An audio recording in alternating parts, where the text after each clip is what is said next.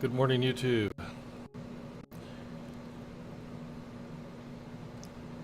Let's get things started. Good morning.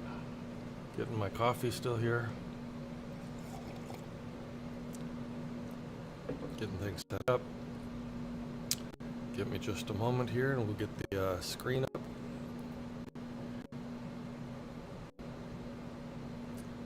We've got, I've been up for a while. I've been wrestling with my system here. We have been unable to get the morning video briefing out, but we do have a written briefing and we will go over the charts together here in just a moment. I woke up this morning to everything having gone haywire overnight here on my setup, and I had to reboot everything, and that took the time that I needed to get the Gold GPT video out. So here we are.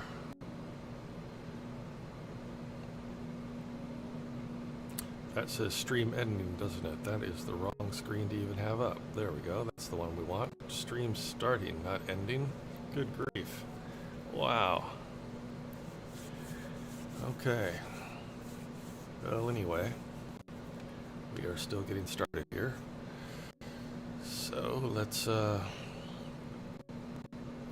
get rid of this one too. Okay. Boom. Here we are. Good morning. Okay, let's see what we have. I'm here on my own so far right now, but it's still early. Tono will pop in here in just a few minutes, I imagine. Unless I have a message here saying otherwise. All right. we've got a lot of good things to look forward to today. I have a dentist appointment later, so that's not great. But hey, I have dental care, so that's pretty good. Okay. Let me get the briefing up here, the written briefing. We have been heading down overnight. So let's just look things over before we jump into that briefing. Let's see what we have here. This is a 5-minute chart, but let's switch it to a 15-minute chart. We get a little bit better feel for market structure here. Now look at this. So this vertical gray line here. Well, actually, let me get rid of some of these drawings and just look at a naked chart here for a minute. All right. So what we have here are the pivot levels. You see these horizontal lines going across the screen right here. These pivot levels are calculated based on yesterday. So this vertical gray line here divides yesterday from today. That occurred at 6 p.m. Eastern last evening, yesterday. And since then, we had the Asia session where price went up, and then shortly after the Asia session, we began coming down. We came all the way down here. The London session started about here. We came up, and we've come all the way down since then. This big horizontal yellow line right here marks last week's high of the week. So we've been up above there for the last day and a half or so, or about the last when did we come up above there? Yesterday morning at 7:15, so about 24 hours. And now we've come back down. These other horizontal lines here represent pivots, and then these orange lines here represent, this is Sunday open, this is previous day value area low, value area high, point of control. Don't worry about that. We'll talk about that, at some point when it matters. And this thing here that says pancakes, that is just a hedge position I have on the chart that I'm tracking. So also nothing that we have to worry about today. So just keep in mind that these horizontal lines here are the pivots. Don't worry about that pancakes line there. Don't worry about these orange lines right now either. And just know that this big yellow line represents last week's high. Also not important right now until price starts coming back up to that level. Now, everything else I'm going to show you are indicators. Boom. And that looks like, I don't know, like Jackson Pollock got into trading or something. That looks very confusing to most people who are new to trading.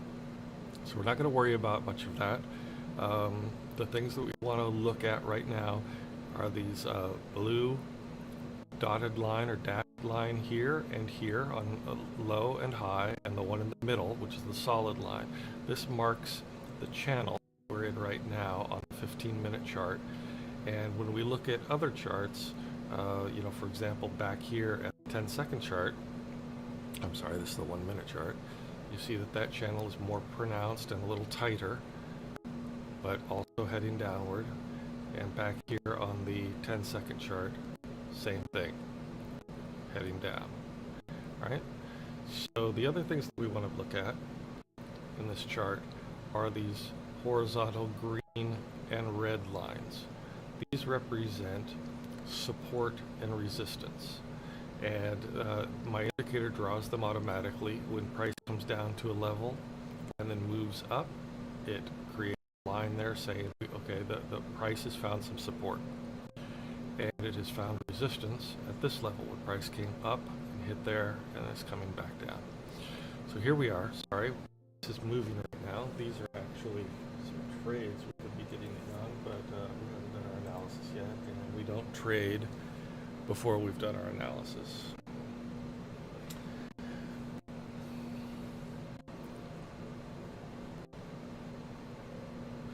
All right, this is the VIX. The VIX is the volatility index. This is at 17.21. The volatility index, if we go back and we look at, I've got a little, where were we here? Come on back. Down here I've got a little graph about how to read the volatility index. Anywhere between 16 and 20 is a normal worry level. The market is not overly concerned about anything right now.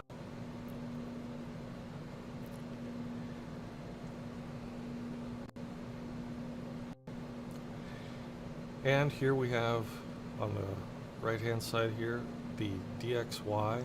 The top one is the DXY on a 30-minute chart. The bottom one is the DXY on a 1-minute chart. The DXY is the dollar index.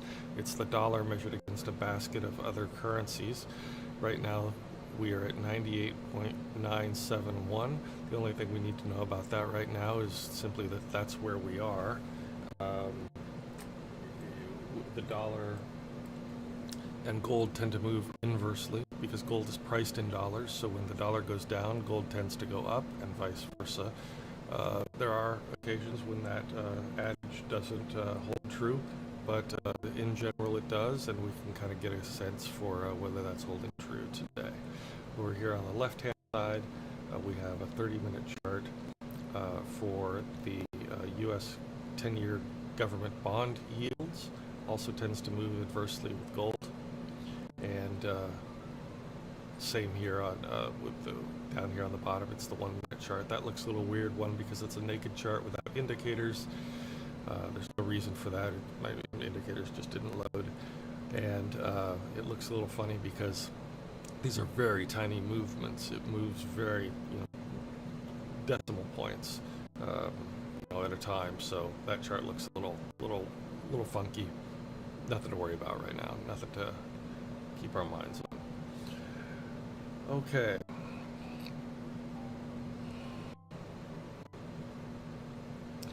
Price has hit this pivot level right now, this DS1, and if we look at this on a smaller time frame, we will see here on the 1-minute chart that price has hit that DS1. Here it is again on this vertical or this horizontal purple line right there.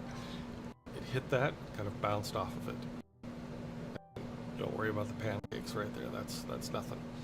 So, but we're in a downward trend, so likely price will come up. It maybe hit the resistance right up here, maybe a little bit before that, and it will come back down, test where it found this support, where that green line is, and it will either break through or bounce again. And but it looks like we have downward pressure. Gold is much weaker than the dollar right now. We over here on the right side of the screen, we have our FX blue currency differential, our relative currency strength, and we see that the dollar is stronger than gold, so that tends to push price down, or it means price is going down. It's not a cause and effect relationship. This is a measure of what's happening. The only cause and effect relationship is what buyers and sellers are doing on the chart. That is measured only in the candlesticks. Everything else is a reactive indicator, meaning the indicators are showing you what has already happened and what the trends have been. The only predictive indicators that we have here really are the pivot lines themselves. And some days they're not very predictive at all, but most days they are nearly gospel.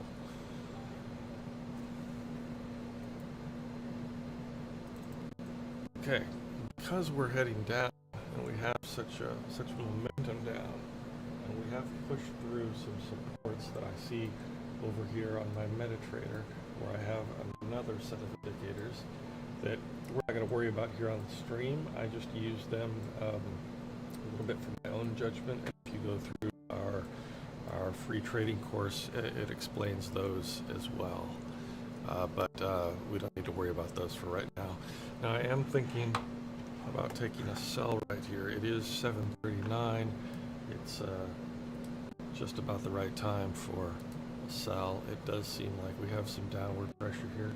So I'm going to, not quite yet, I'm going to wait for a little signal here on a Renko chart that I have to the left of my screen that I use to gauge entries.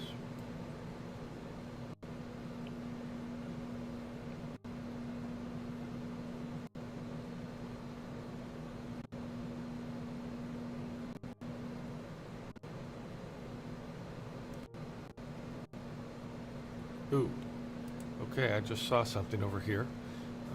Over here on the right side of the screen, the relative currency strength showed that gold, instead of it moved from negative 6.4 to negative 6.2, which showed me that gold is gaining strength.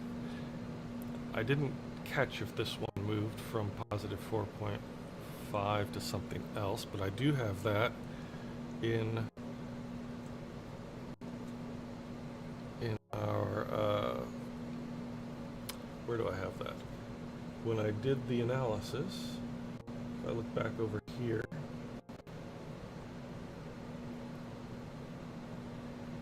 the dollar was at positive 3.5 and gold was at negative 5.8. So it is, but you see again here, it's moved to negative 6.1 from 6.2, right? Now to 6.0. So that shows me that this was about to turn around, so I'm glad I did not get into a sell right there. All right, it sounds like I need to turn the music down a little bit. Maybe it's just that I have my headphones really loud.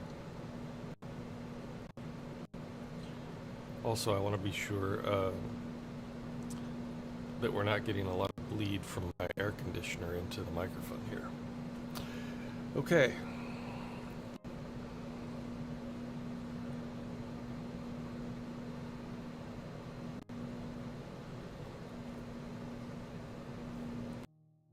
You know what I'm just noticing right now is that my screen isn't moving. I've been talking here about what the screen is doing, saying don't worry about this, don't worry about that, and my screen is not moving, so there we go. What kind of an idiot am I? I'm the kind that's didn't sleep much last night, got up late, and my computer was nuts this morning. Okay, do we need to go through that again?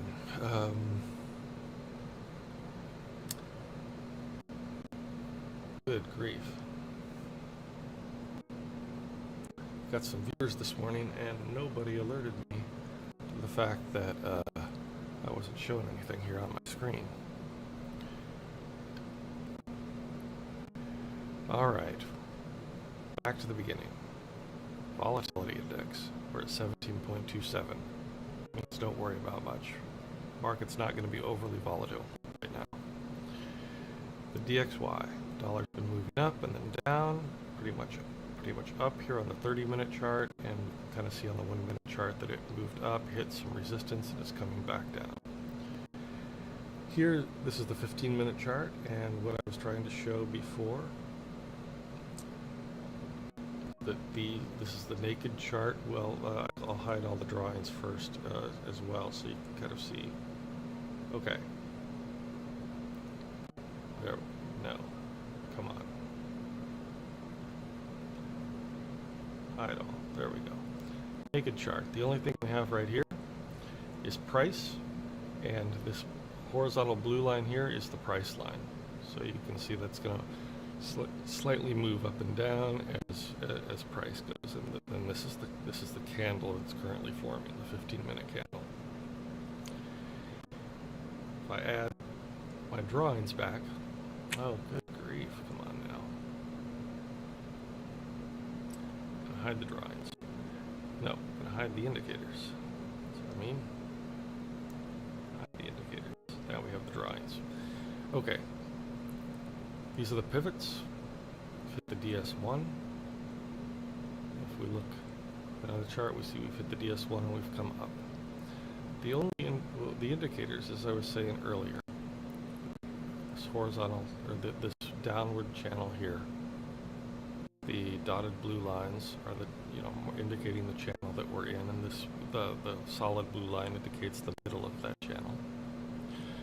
This little box around these candles represents the London session from 8 a.m. in London to 11 a.m. in London. This little box here represents the Asia session from 8 p.m. last night in New York to 11 p.m. That's, I believe, 8 to 11 in Tokyo or Hong Kong. Anyway, it's the Asia session. Looks like we still have some downward pressure, as I said, in the market, but momentarily gold was strengthening and the dollar was weakening a bit.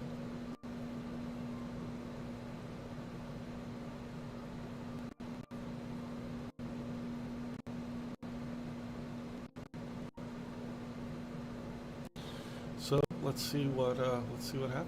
Let's see what happens. Right now, I'm not taking a trade.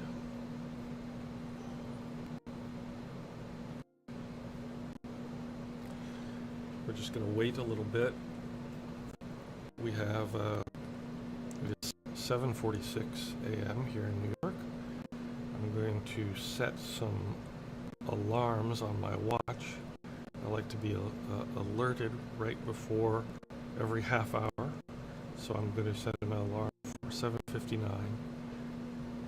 I'm going to also set one for 8:19 because the COMEX market opens, the futures market, even though it's open all the time. The official market opens at 8:20, so I want to be alerted at 8:19 because at 8:20 we might get some movement. I'm going to set an alert for myself at 8:29, 8:59, 9:29, 9:59. Today is especially important because we have some economic news that's going to drop at 10 a.m. And I'll also set one for 10:29 and 10:59 in case we're still here. Today might be extra long stream because we, a lot of times we done trading before 10 a.m.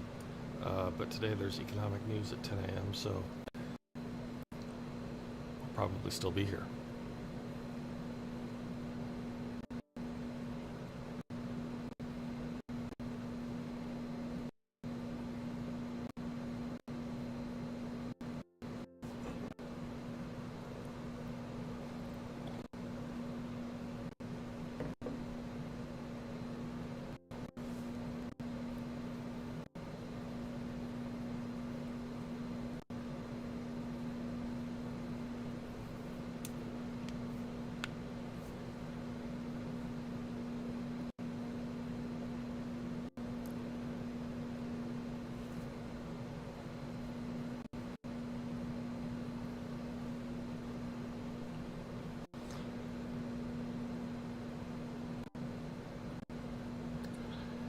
Okay.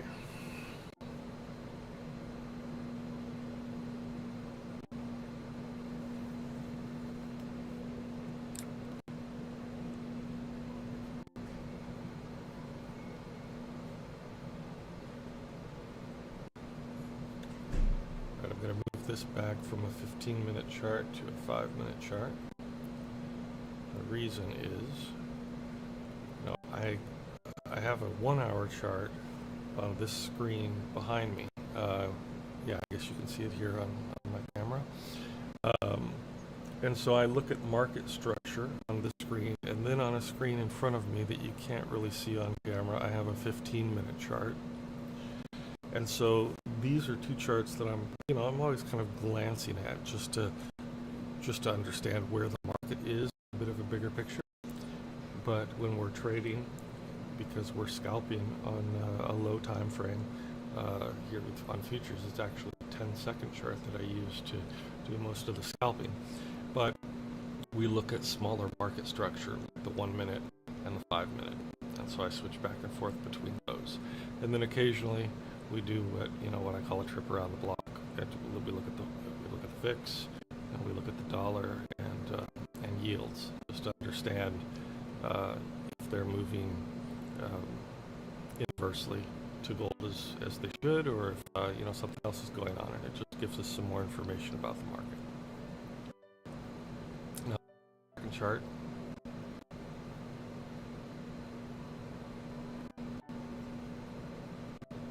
Let me go over here a little bit.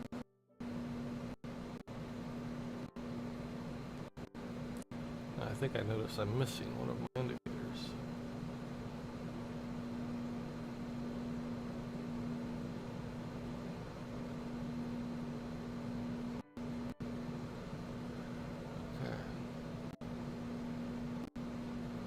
No, everything looks good. Yep, okay. Working.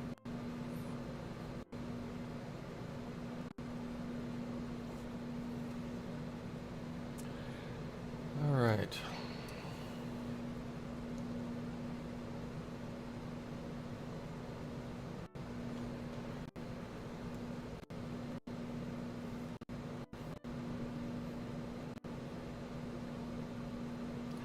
I'm pulling up on my iPad here just a notepad.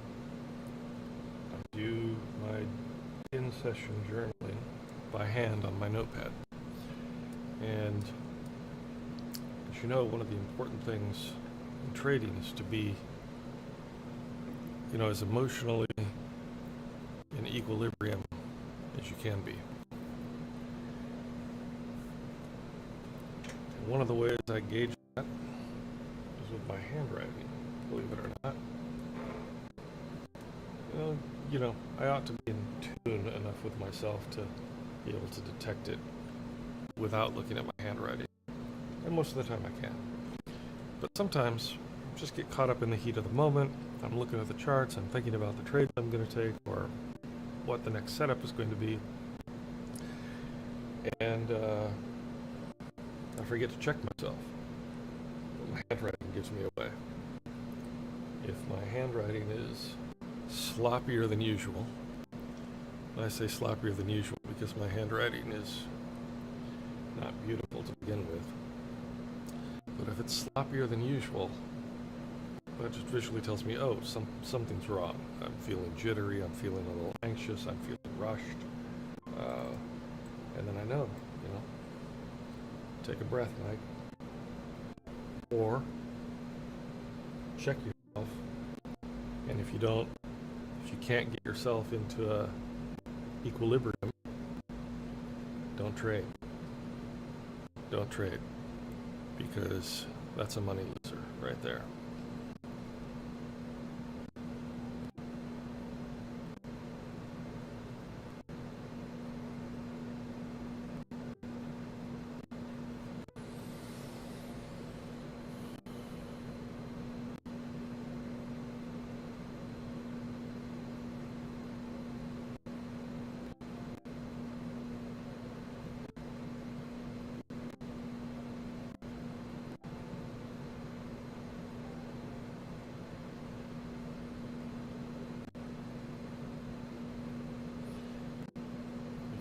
Losing money before you place a trade, that is a blessing, because then you don't trade and you don't lose money.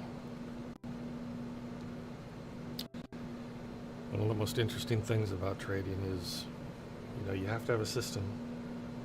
It is about technical analysis of the charts, understanding market structure, understanding how to read price action, how to follow the candlesticks, know what they're saying.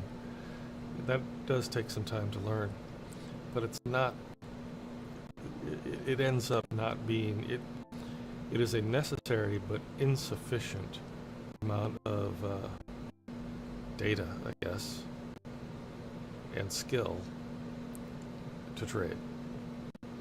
It is about emotional mastery and mental mastery.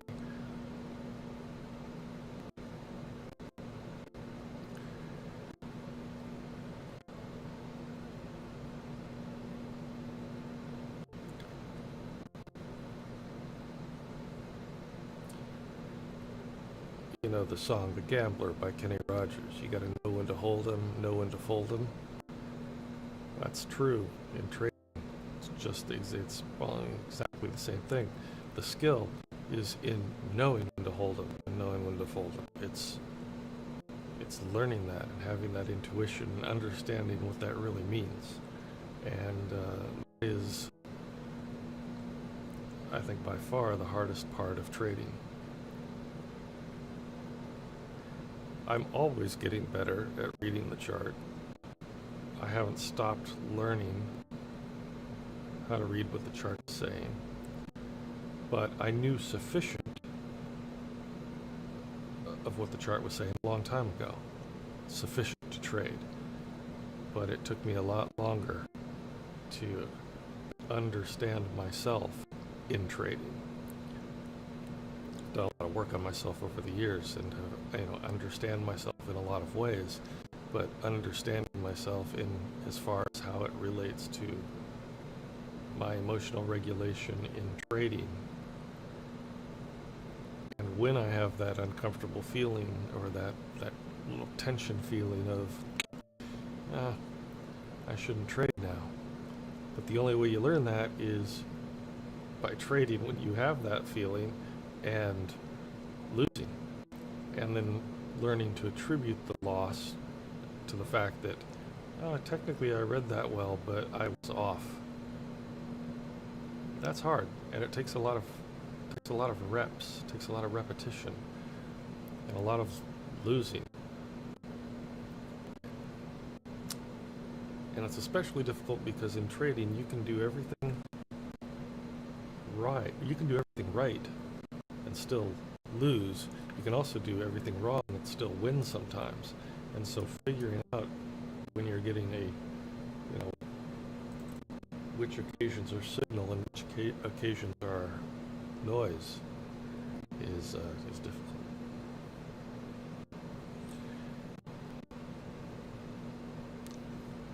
I'd like to take this little cell right here, but I don't want to chase it. I think one move behind.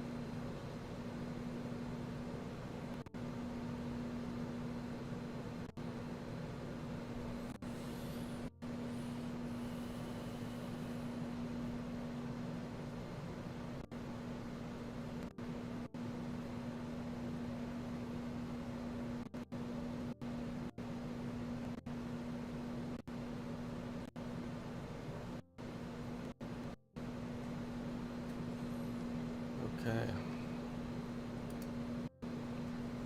It's 7:59. 1 minute for the 8 o'clock candle. We do not trade. We do not enter a trade 1 minute before a half-hourly candle, or in this case, the hourly candle,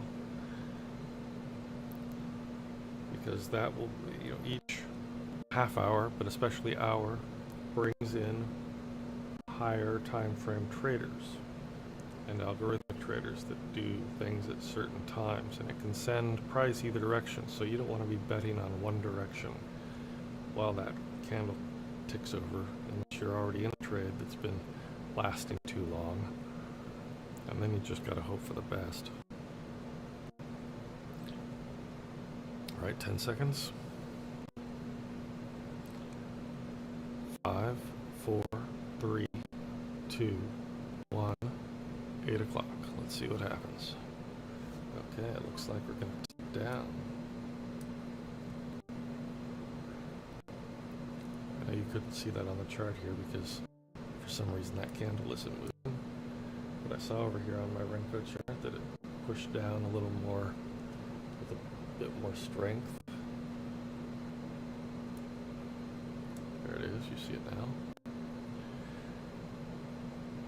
Alright, we're going to wait and see if price hits the swing low, as you see here, and if it bounces from there, or if it moves down through it.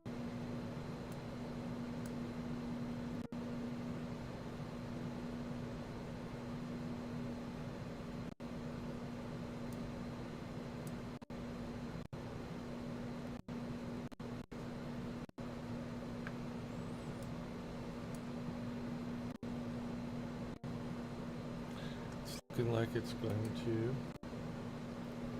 continue down. Now, I don't know what it's going to do here at the swing low. Last time I hit this swing low, it bounced. So I don't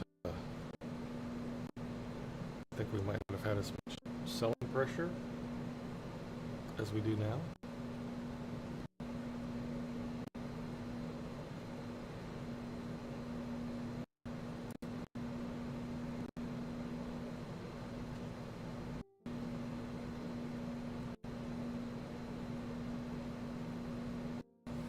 Okay, at least we're getting a little bounce right there, you can see.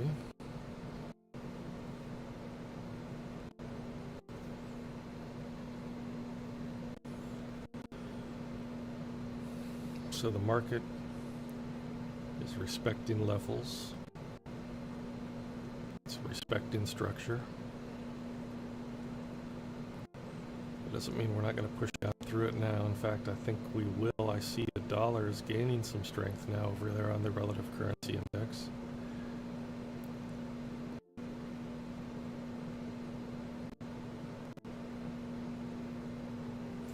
And down below here, actually I don't like this. This is a volume indicator, but I don't like this indicator on my 10-second chart, so I'm going to remove that. It's pretty meaningless on a 10-second chart. We do have some high volume in the market right now.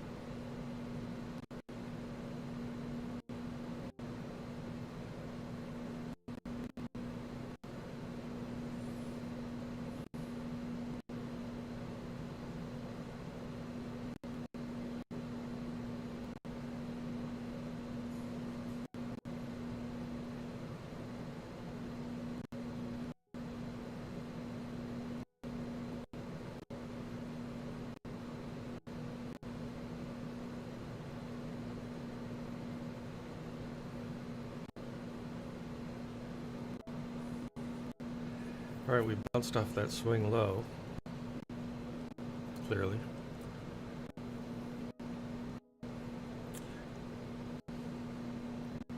So you might be asking why I didn't take that trade, why I didn't buy at that bounce. And certainly could have. Another trader might have done that. I'm not doing that today because I see that we're in a downtrend. And so even though we bounced from there,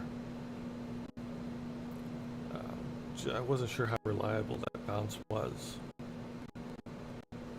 I didn't want to get caught in a buy trade and then have price turn around on me,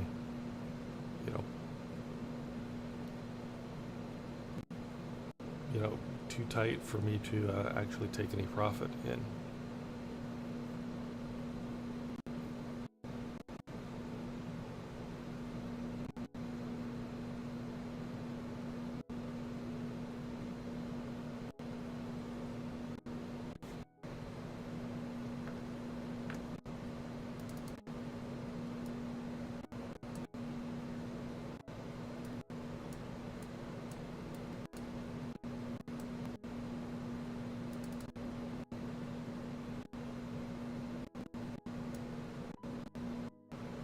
Hey, Rock. Good morning. How you doing?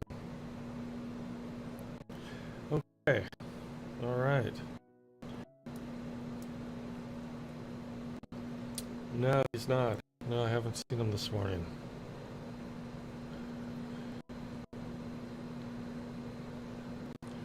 So far, I haven't taken any trades. We seem to be in a pretty clear downtrend.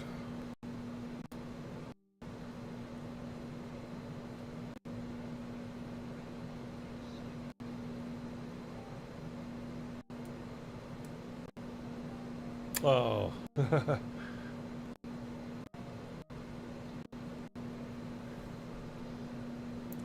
Oh, yeah. Oh, on the top, you mean? That we came within 3 pips? Oh, wow. Hmm.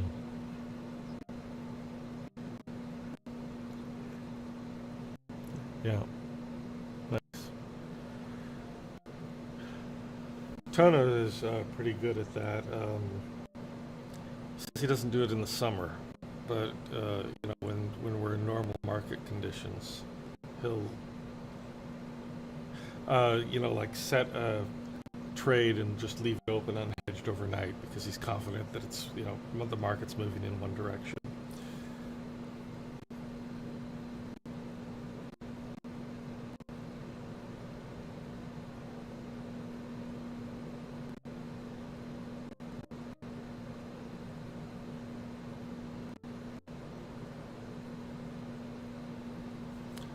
Seem to be. I don't know now that the session has started, it's kind of unpredictable whether we'll continue to follow the downtrend or if it's going to kind of turn around and head back up right now.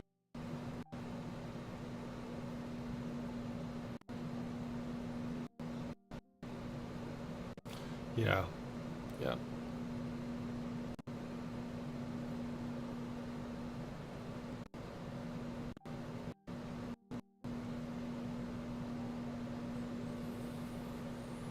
ISM services PMI.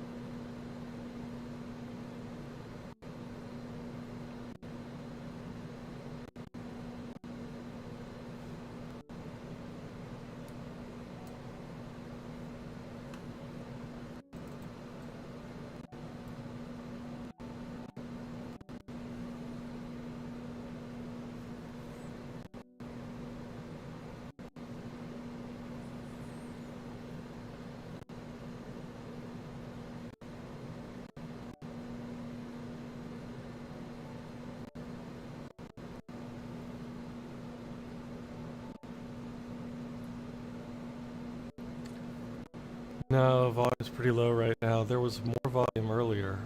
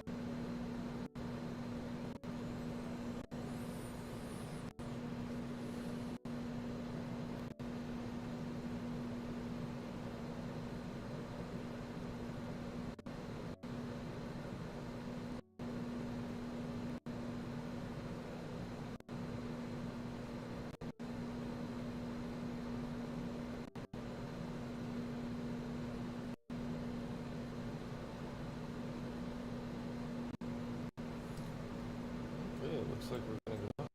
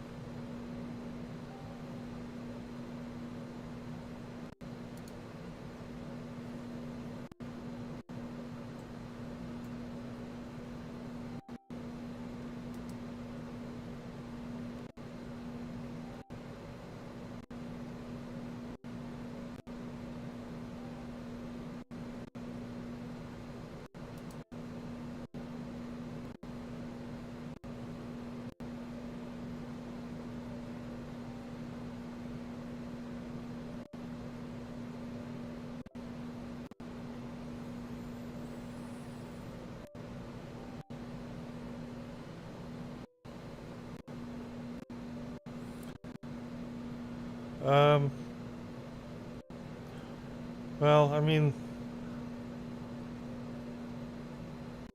yeah, it's at the bottom of the day. Um, and the trend is your friend until it isn't, I guess. We've hit the DS1, and we've bounced. You know, that's this vertical, horizontal little purple dotted line here. We've hit that once, twice, and it's bounced off of it. But it keeps coming back to it.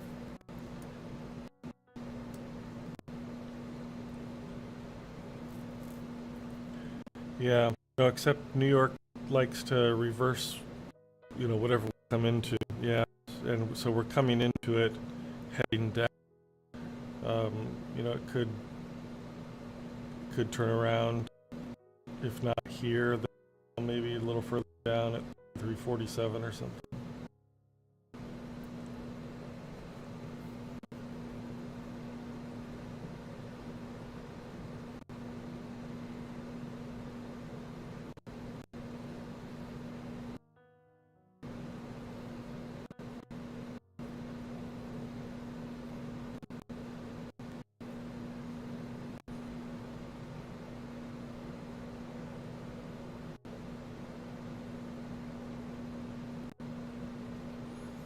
I was supposed to get up to about 87 today. It's supposed to get up to about 87 degrees today. I was just looking at the weather. Yeah.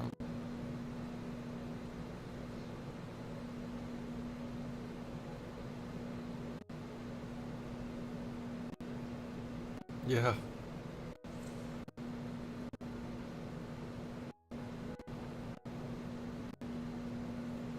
Oh, nice, yeah.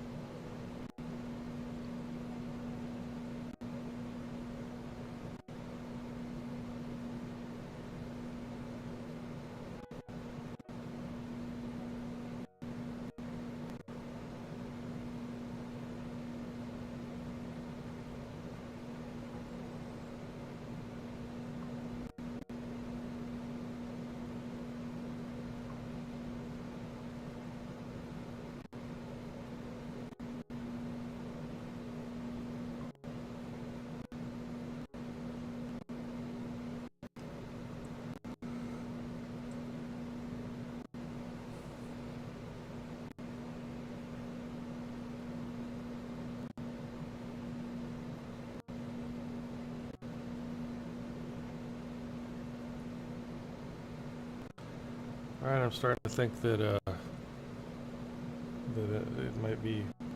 might not be coming down anymore. If I look at the 15-minute chart, we've got a couple of bullish candles now.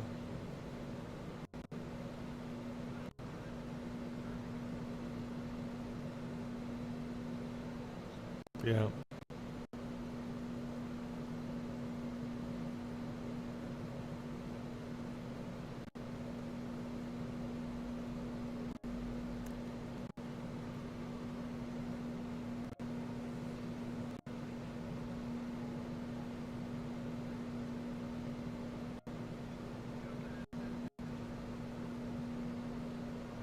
Yeah.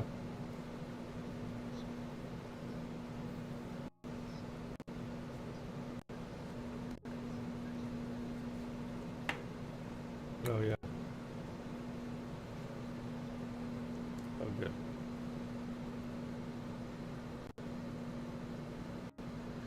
Yeah, I think you can do it on the laptop by keying or something. I can't remember how to do it.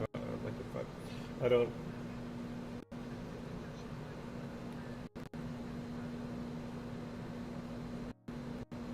Right. Right. Yeah.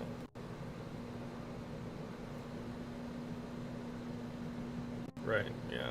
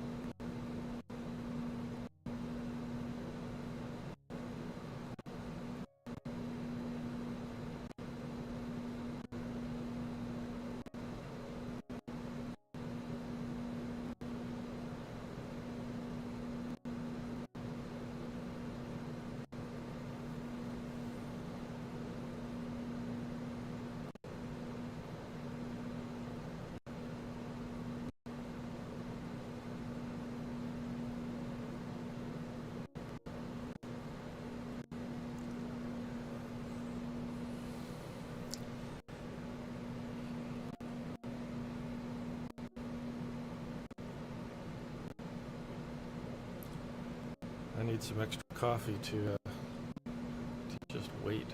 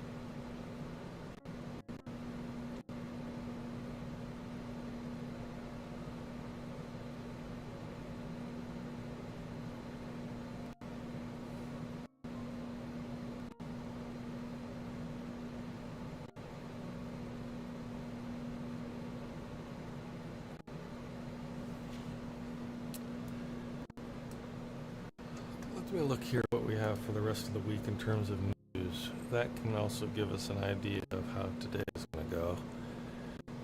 We've got a couple of FOMC members speaking tomorrow, but no red folders. On Thursday, of course, we have unemployment claims, and that's going to be the first, well, I mean, that's not NFP, but that, you know, that's more jobs related stuff.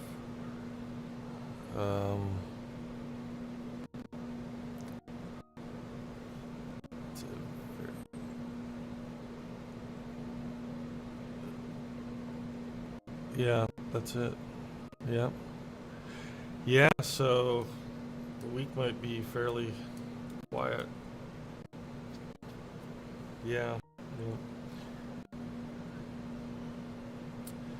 No, the economic data tends to be released, you know, on schedule all the time. You know, you get an unemployment, you get a jobs, what am I trying to say? You get a unemployment claims every Thursday, regardless, you know, unless it falls on Thanksgiving, then you get it on Wednesday. But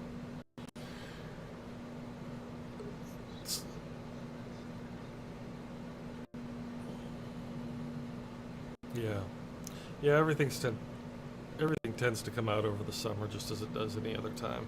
Thing is that just, you know, a lot of the big institutional traders are, you know, in the Hamptons, or, you know, just not participating in the market, and so things really slow down in the summer.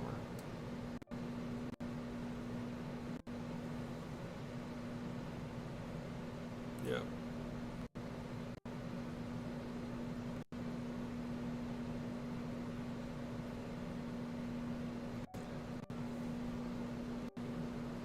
Yeah.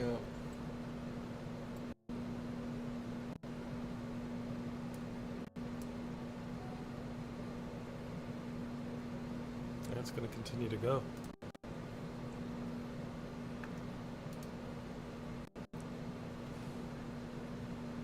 Right.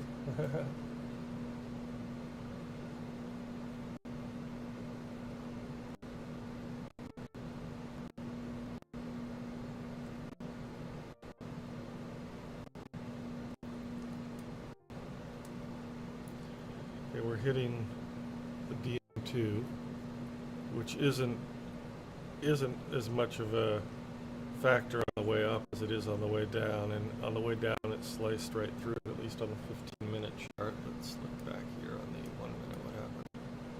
Yeah, it came through it pretty easily on the 1 minute chart earlier.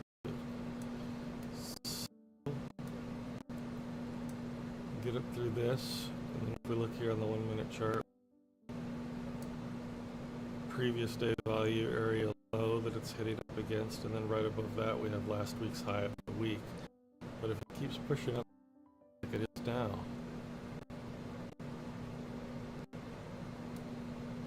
I might take a buy here pretty soon.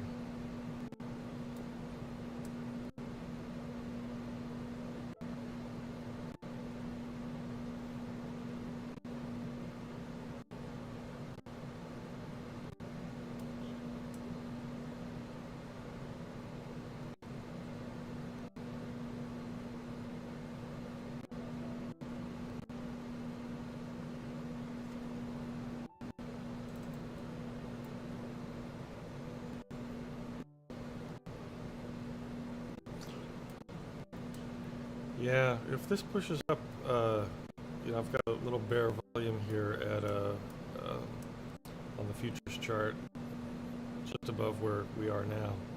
If it pushes up through there with some conviction, I'll probably take a buy.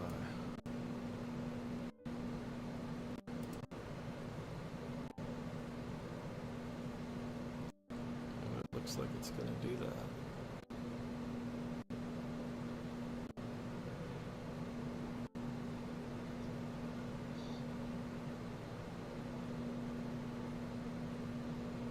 Yeah.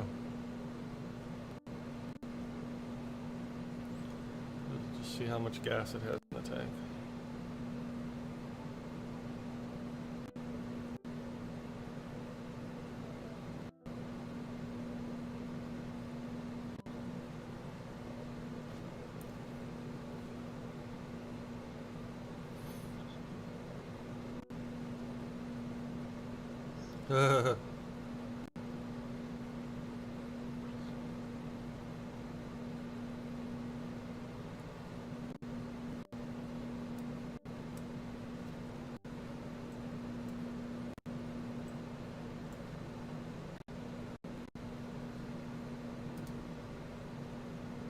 Right, or fire the Fed chair or something. Yeah.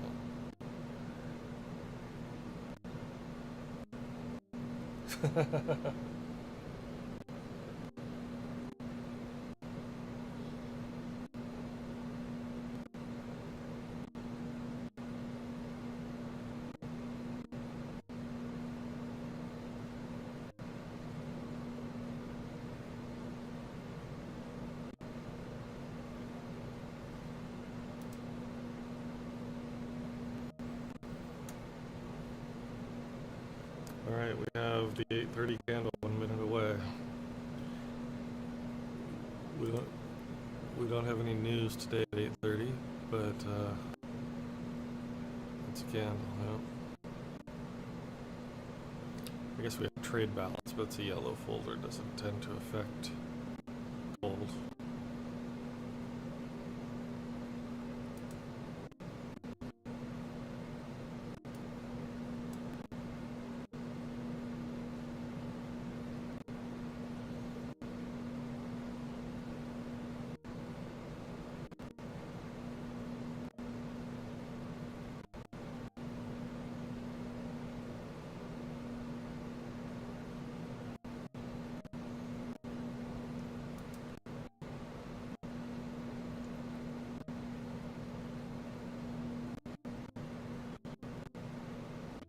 There it is, 8:30.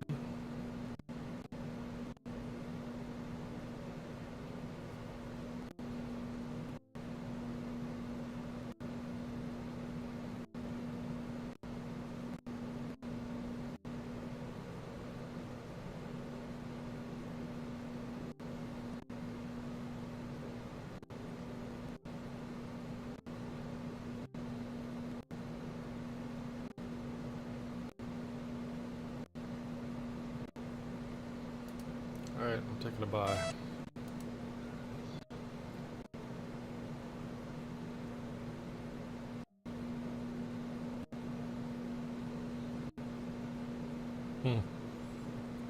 Did you hear a beep? That's my sound effect, I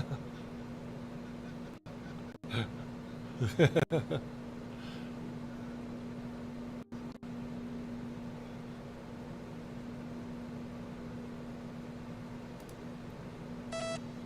100, I could have. Yeah, there's a first time for everything.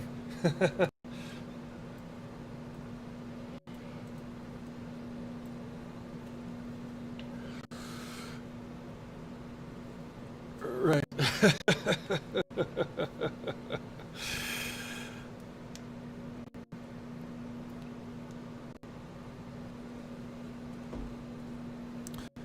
I took 100. I could have taken 130 if I'd been a little more precise on my exit.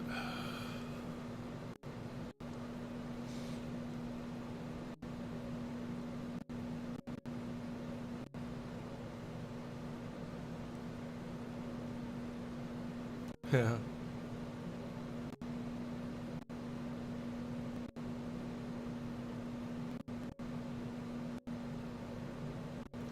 Oh, no, it only gave me 90.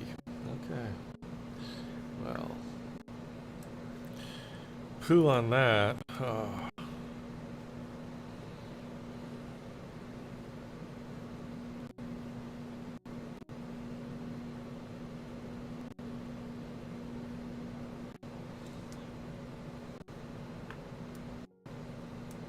Might get back in. Oh, coming up on the MN3, I don't know.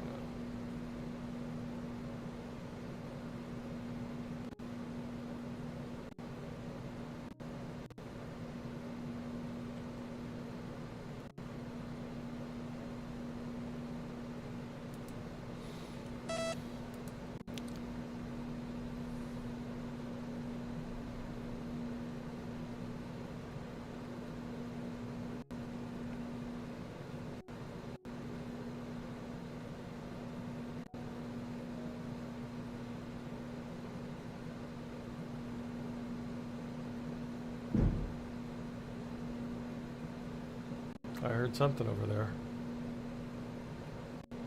I heard something over there. Did you get into a buy?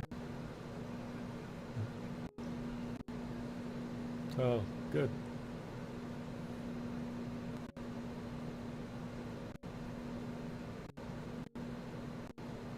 All right. Dang, my exits are a little bad. I had 50 and I think I got out with 30.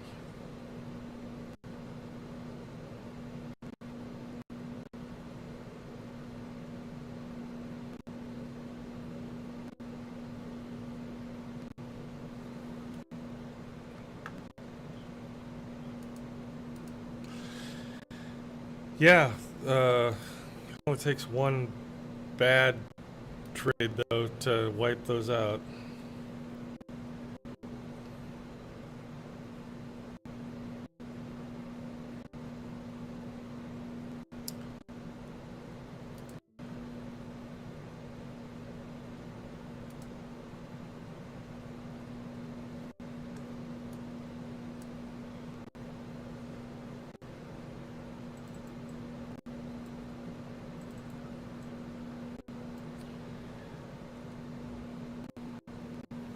Let's see. Probably, even if it continues up, it's probably got to take a little breather here, find a little support, and then push off that support again. Let's see. Yeah. Yeah.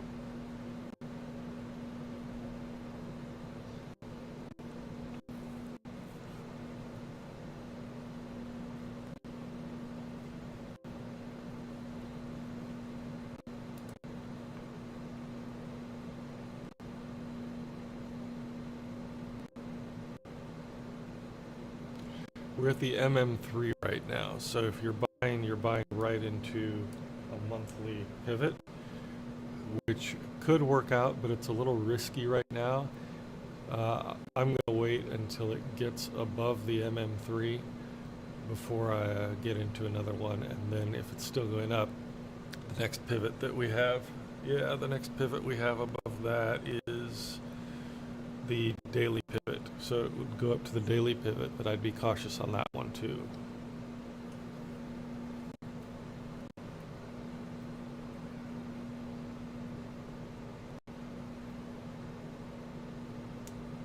Yeah.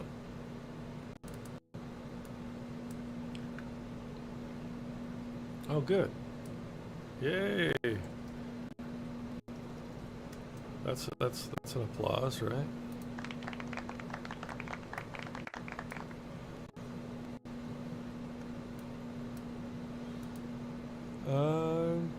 Yeah, it did. We've got if you look at the 1 minute Hakanashi on MT4, we've got a couple of untested resistance and a verified resistance right above it.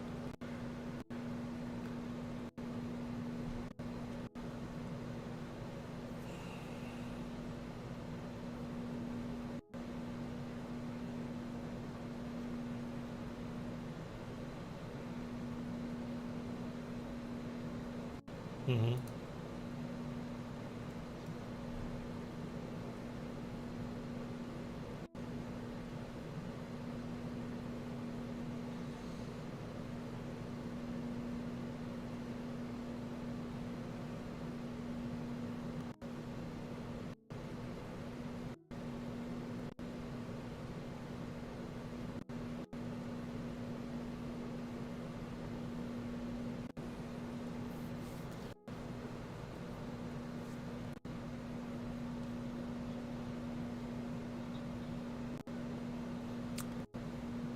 Yeah.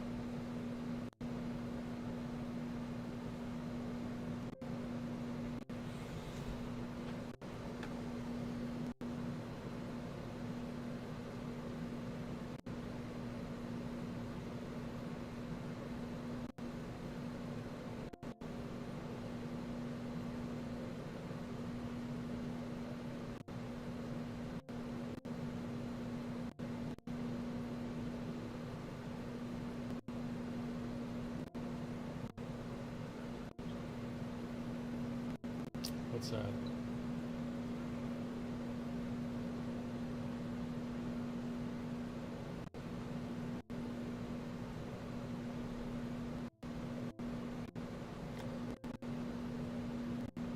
On what time frame?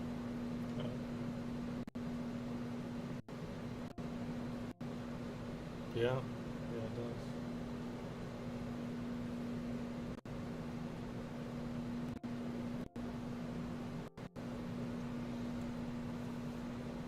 Gonna push through that.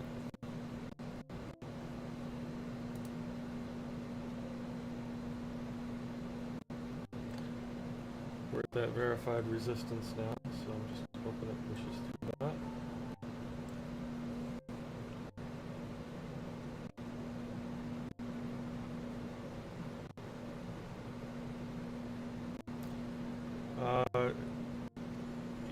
Yeah, I don't have a perforated line above where we are right now, but I have the pivot level at 3367. Yeah. Let's see.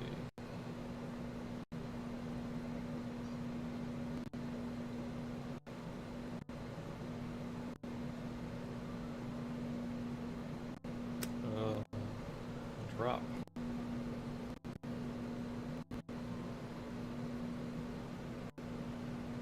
Oh, and my broker logged me out, damn it.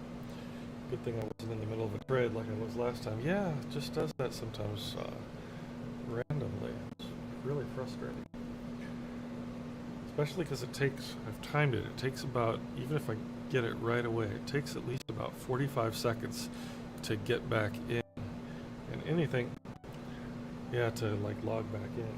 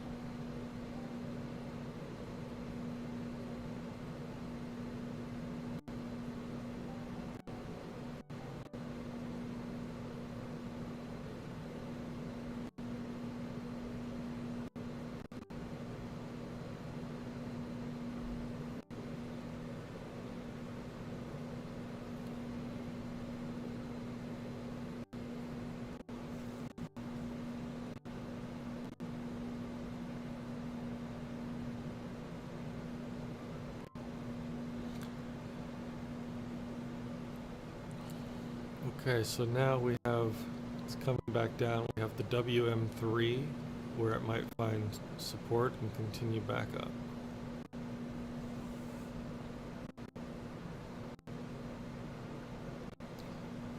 It is around 30, well around right where we are in a little, 3362, let me see exactly where it is. 30.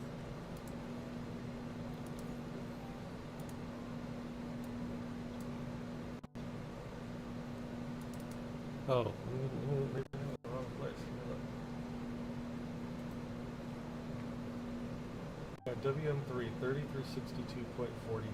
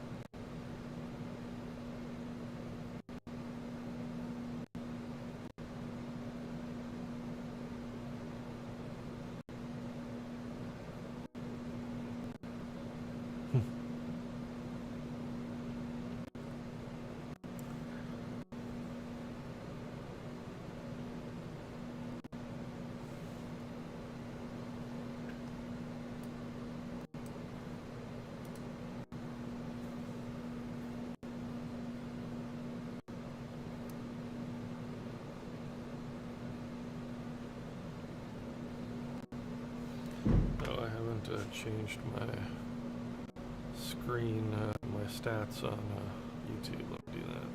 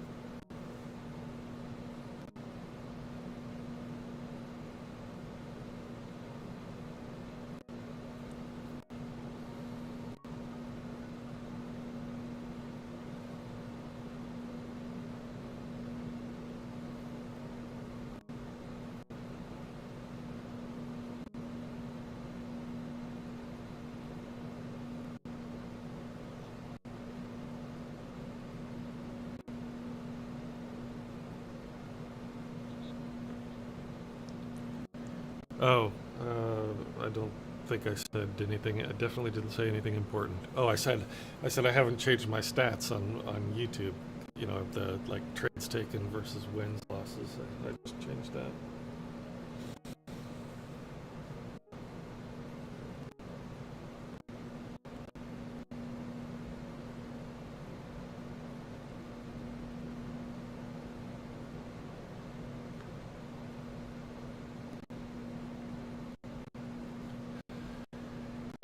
Last night when Tono and I were on, we were talking about something, and then we got distracted by a trade we might take, and then we couldn't remember what we were talking about, so we rewound YouTube to see what we were talking about.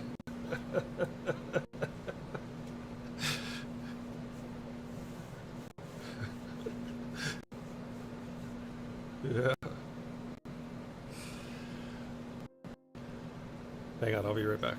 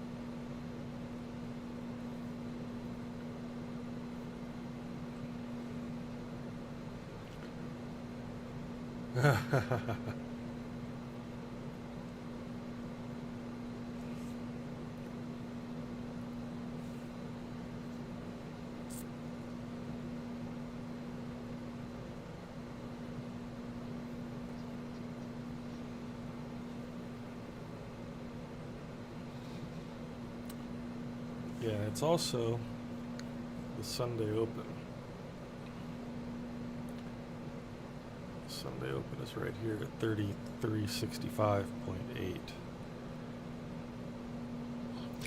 The Sunday Open, so where the market opened on Sunday at 6 p.m. Sometimes price reacts off of that. If you look at on the 1 minute chart where price spiked to, where that top of that spike is right there at the Sunday Open.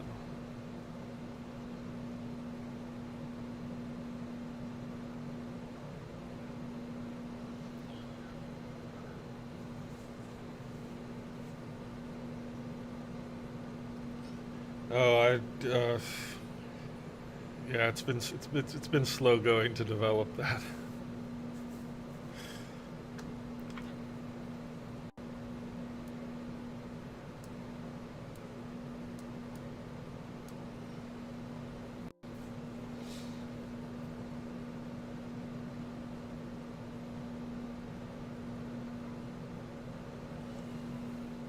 Yep.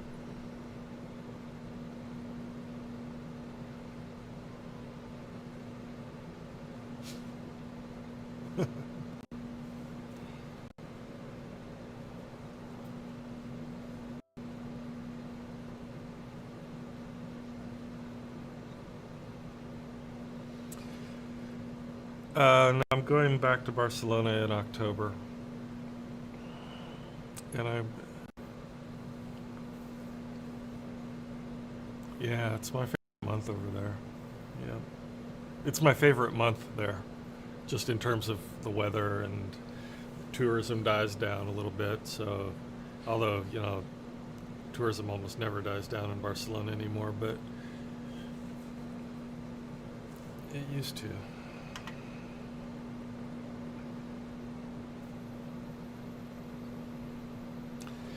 It's just over tourism. Barcelona has a population of about 2 million people, and I can't remember the. Well, no, I mean Barcelona City has a population of about 2 million people. Um, the metropolitan area is about 5 million people, but I think they have something like 16 million tourists or something that come through every year. It's just insane. Yeah, I might be overstating that, but it's a lot. It's significantly more than the population.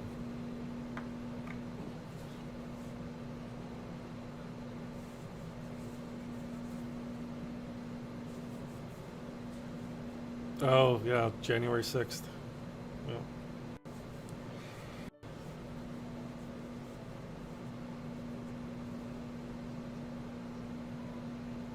yeah, yeah, yeah.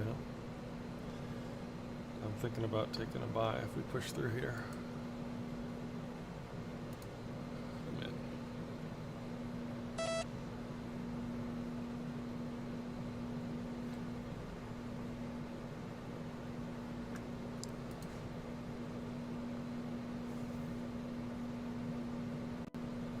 I was looking at the wrong chart when I got in.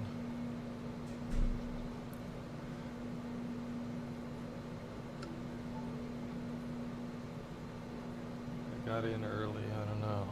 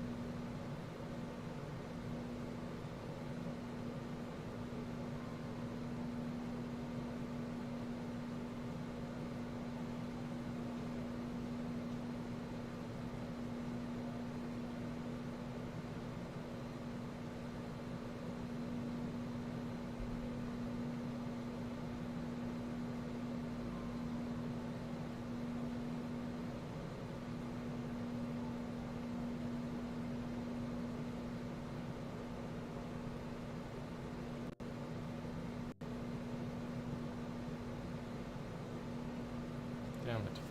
Do not like the way I'm trading. My exits are not. I'm not. I'm. No, I did not get out. I should have gotten out.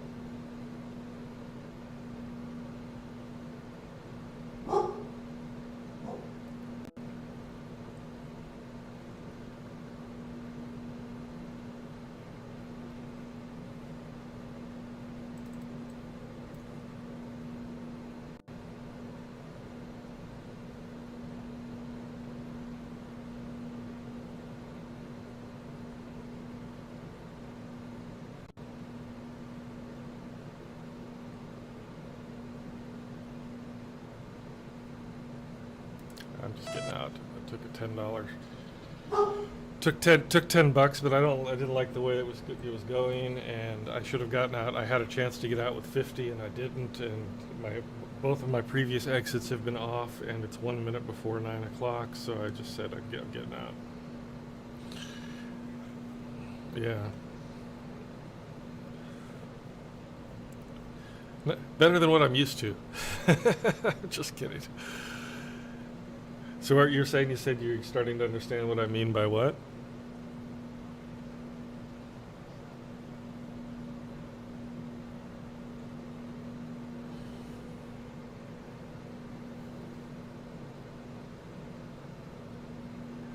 Yeah.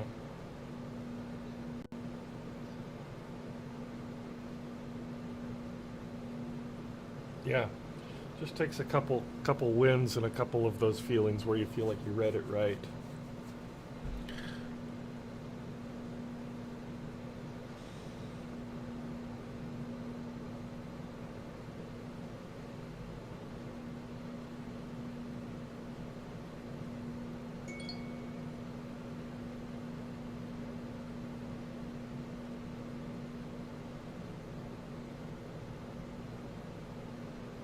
Oh yeah.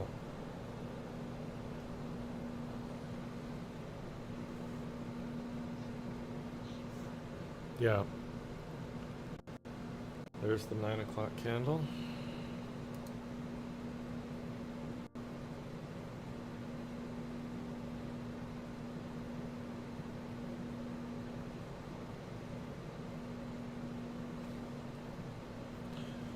Yeah. We came into New York on, coming down. I've seen this happen a lot of times where, it'll be going down during London and Asia, and it will be coming down into the New York market, and then it will just reverse.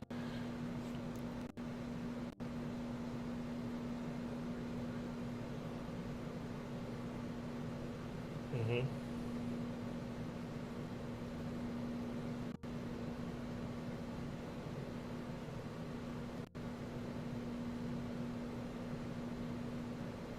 Yeah.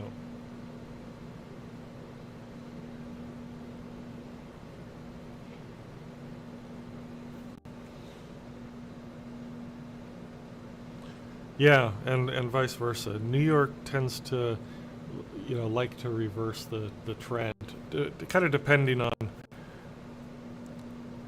kind of depending on other market factors and stuff. But if there's no news, if it's just market structure, New York likes to reverse the trend. Be careful now if you're getting into a buy though, because we're coming up against the DPP, the daily pivot, and that tends to be one of the stronger pivots.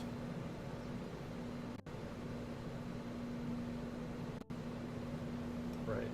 Yeah, that's another good reason.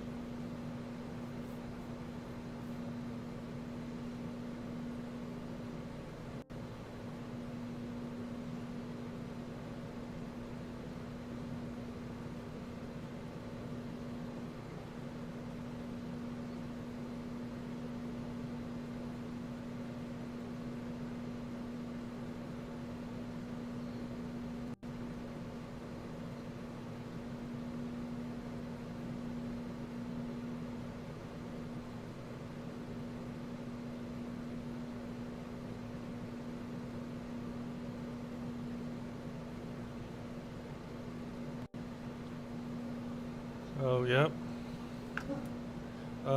Yep. I'm going to let it go a little bit more through the pivot because the daily pivot tends to act like a magnet and bring it back.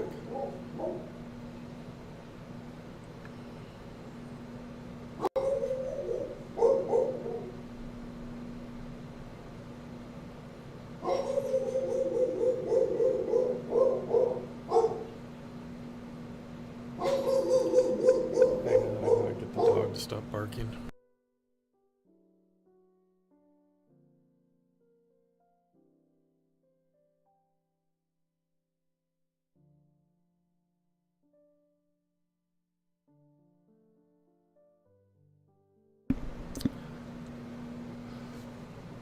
Yeah, my reads are on this morning, but my exits are not.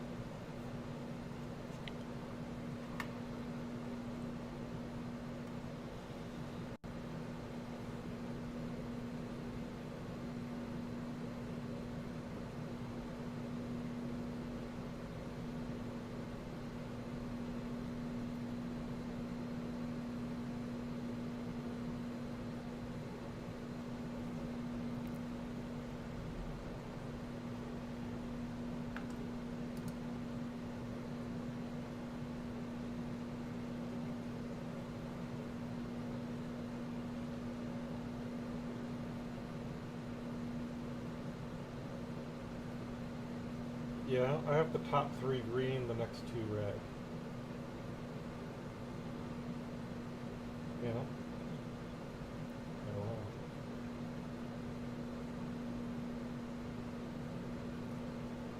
Yep.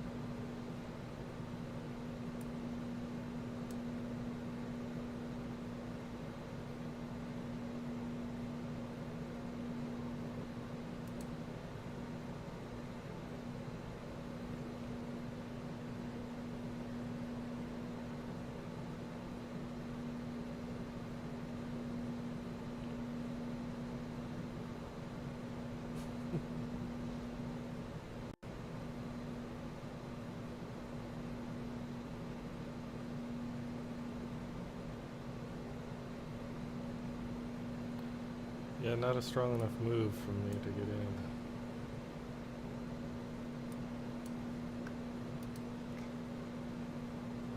Let's see.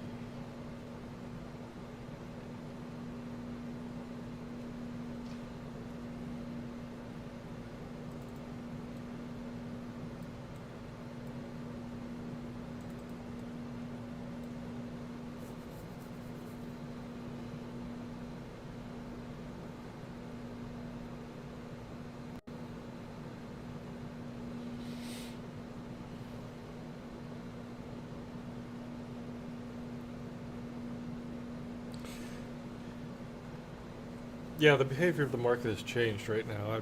I'm not going to get into anything unless it changes, because these little fits and starts, I think it's going up, but it's it's just not tradable up for me right now.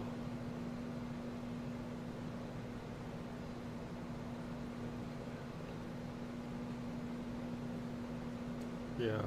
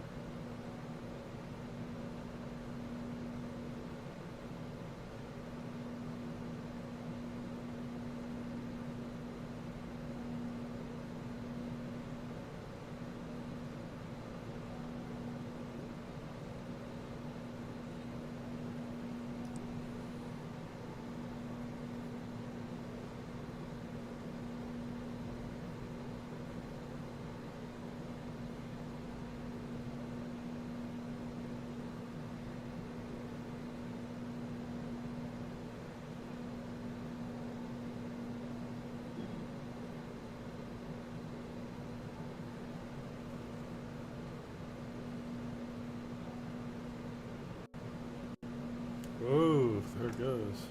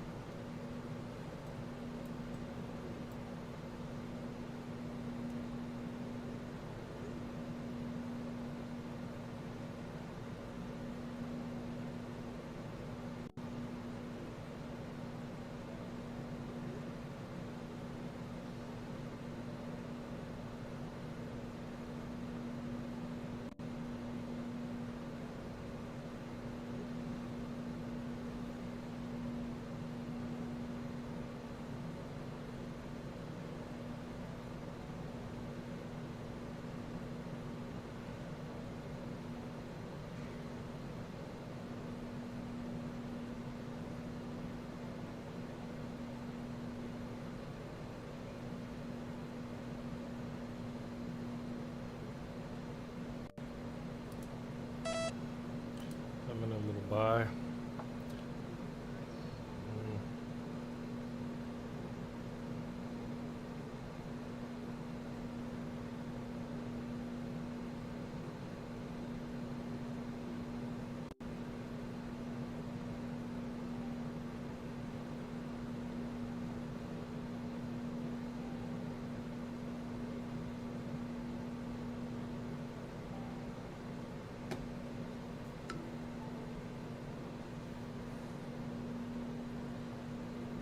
Wasn't moving with enough momentum for me. I should maybe not have done that.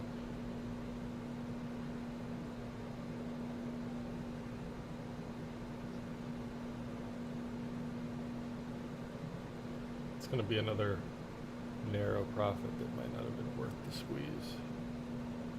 Let's see.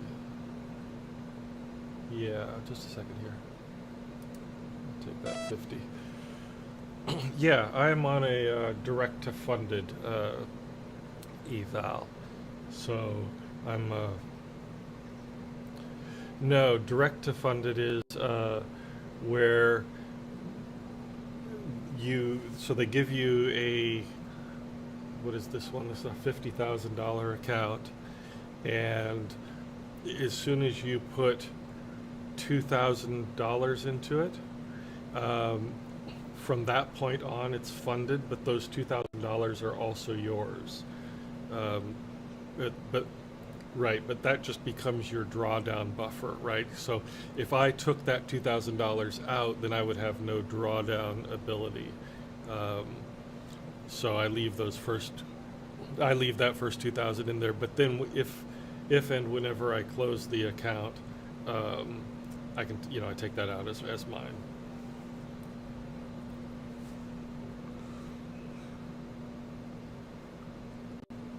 I've got a few of those running simultaneously. Yeah.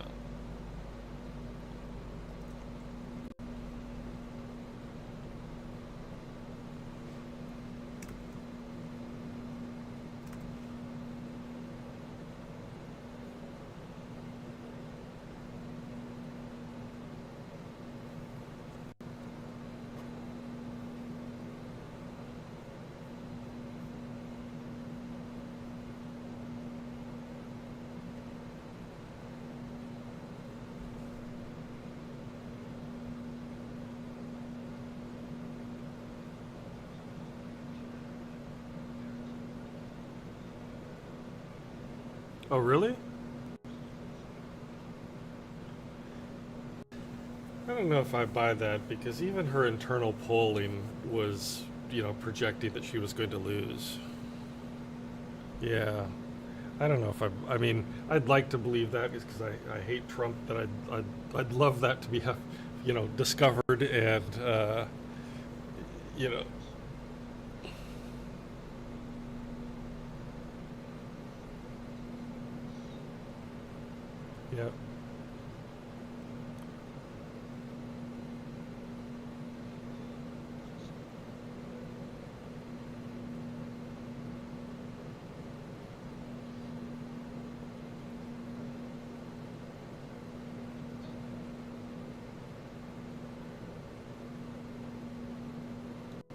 Huh. what's the evidence?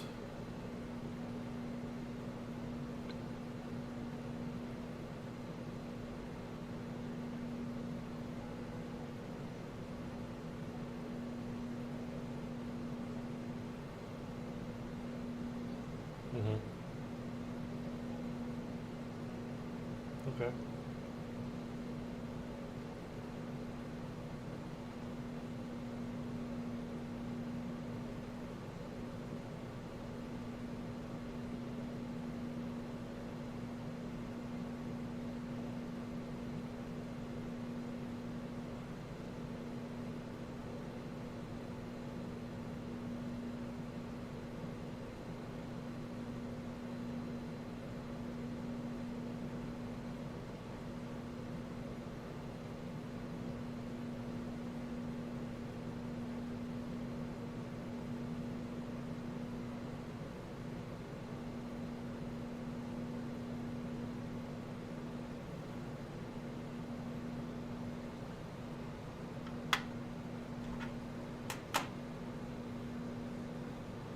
I'll be right back.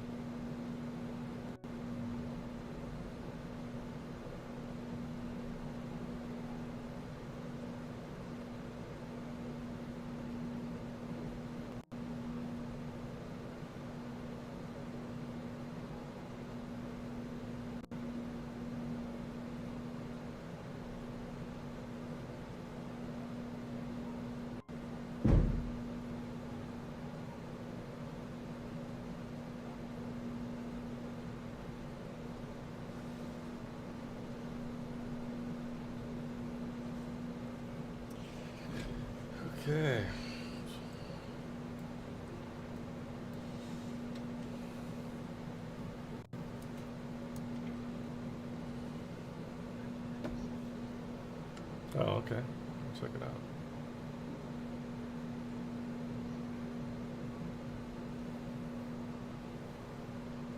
Yeah. It's got a little bear volume here on the 10-second chart. Snubs. Inspecting.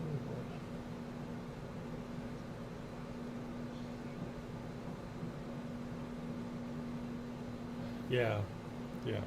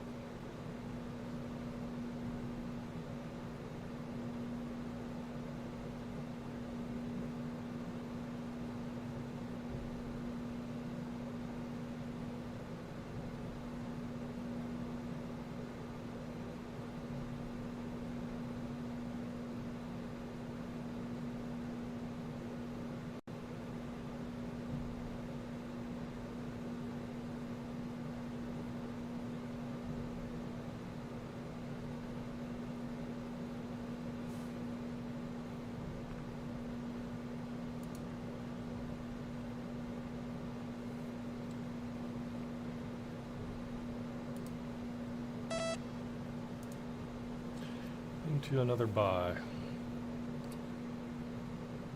Regretting it. Come on. I like my trades to work out immediately, you know.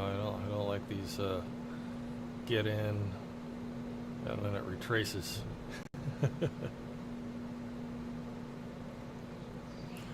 No, I can't. My system does not. My system doesn't allow for much of a drawdown.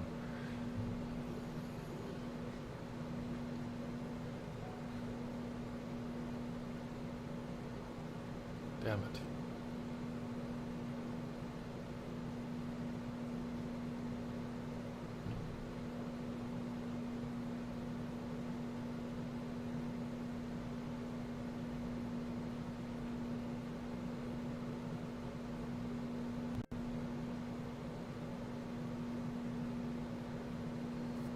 Oh, damn it.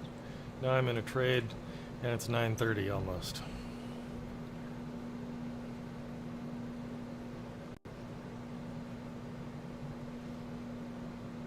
Oh no, shit, I gotta get out. I'm already at 200 negative. Fuck. I've blown all my earnings for the day. It doesn't turn around right now. It's coming back, but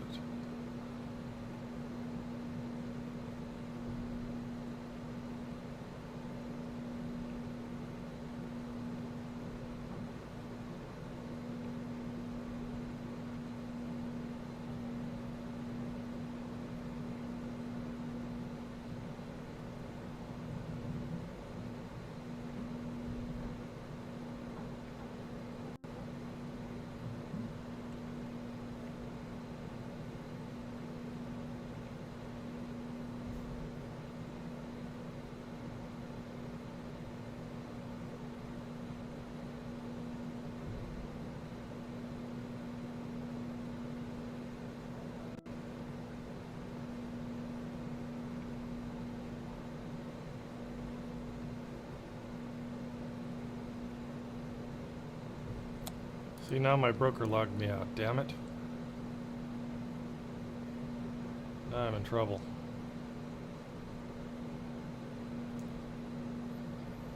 No, I'm not. I can't afford to be in this trade right now. This is really pissing me off.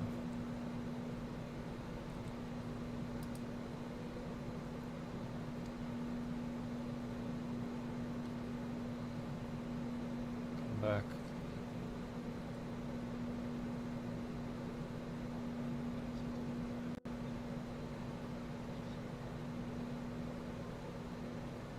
Yeah, but that's luck. I shouldn't. And now I can't get out because I'm not logged in. Okay. There we go. I did not like that. That was.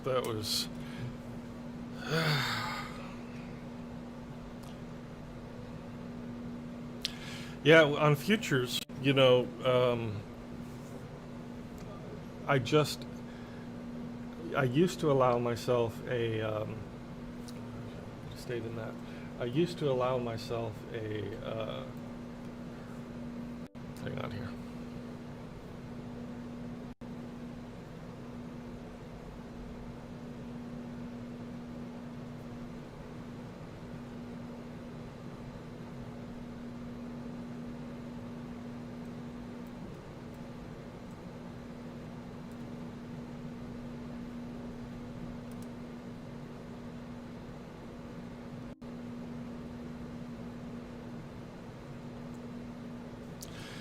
I used to allow myself a $250 hot stove exit drawdown. That's why I would call it a hot stove exit. And on days like today, like in the summer, where, you know, I'm only up, I say only, but, you know, it's nice to be up to $170, $230 or something like that.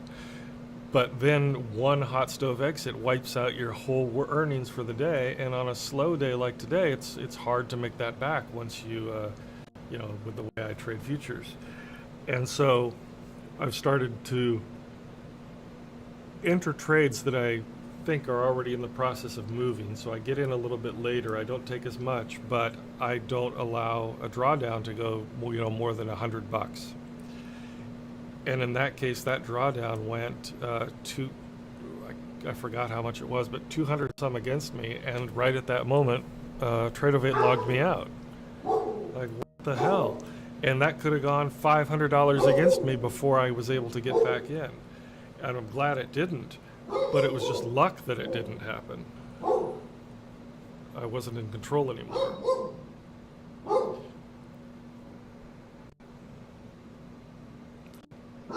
Yeah, no, I'll take it. But it's, I don't like, you know, the fact that I wasn't in control of that anymore, that I was dependent on, you know, my risk management was dependent on luck.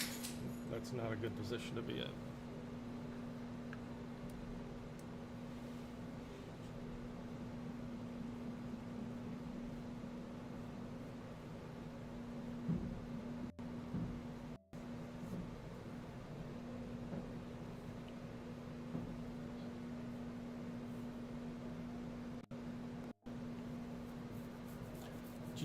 Did you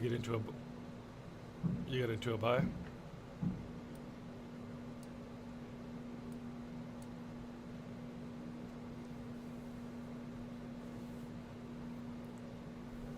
Oh yeah. It looks like it looks like it's going to go through it. I'm going to swing high here on a.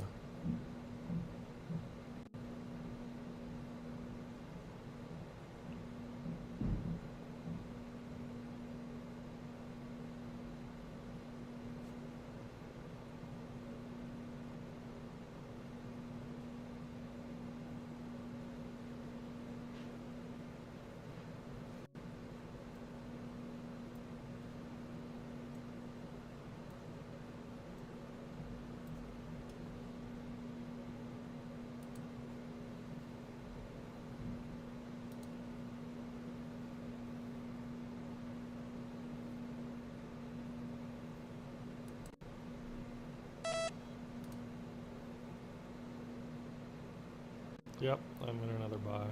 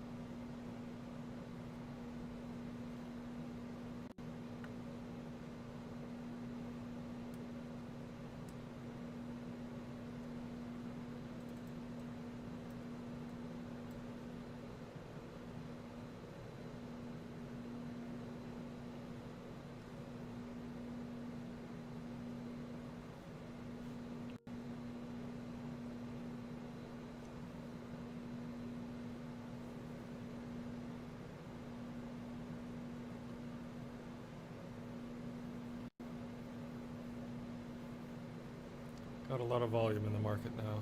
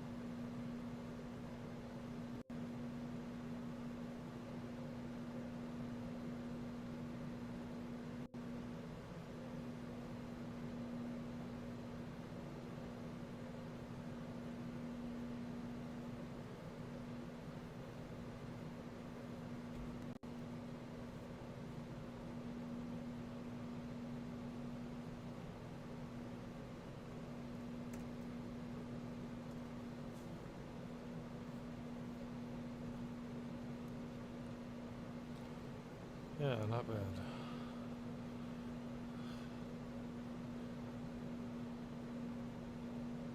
I'm 7 for 7 this morning. Yeah.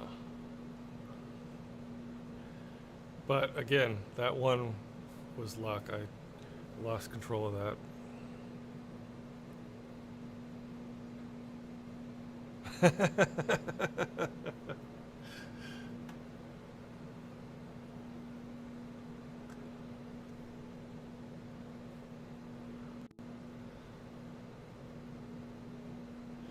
So we hit the next pivot. This pivot that it bounced off of here on top was the DM3.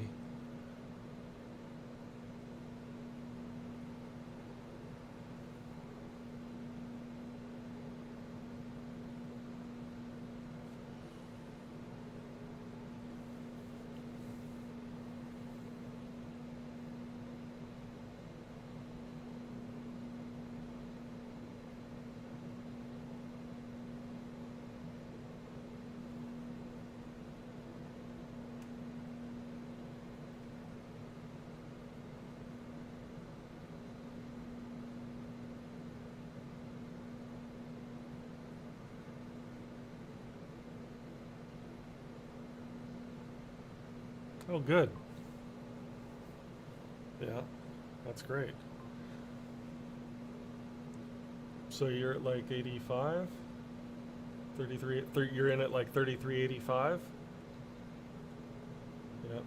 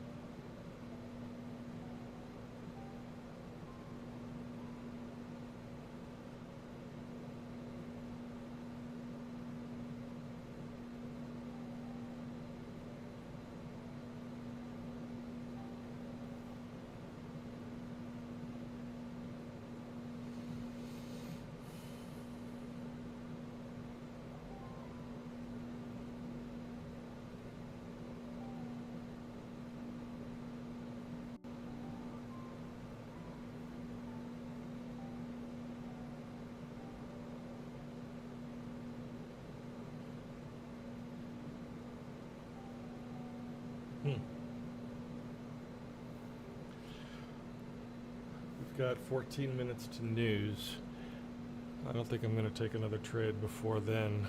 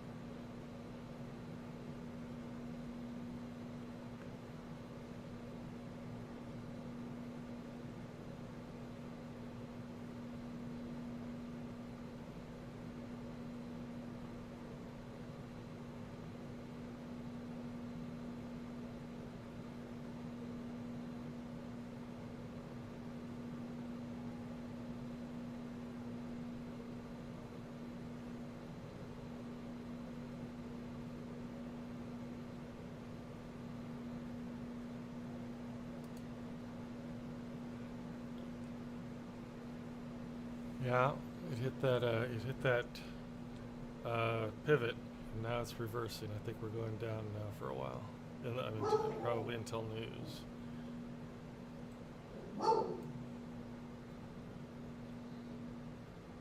Because if you notice in the Asia session, right at what time was that? 9:30 last night. It bounced off this exact same pivot and went down for the rest of the night, basically.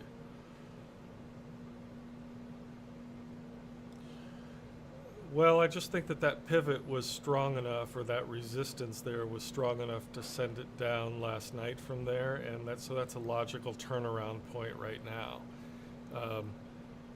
And if you look at the 15-minute chart, and you back it up enough, you see that we're in a downtrend from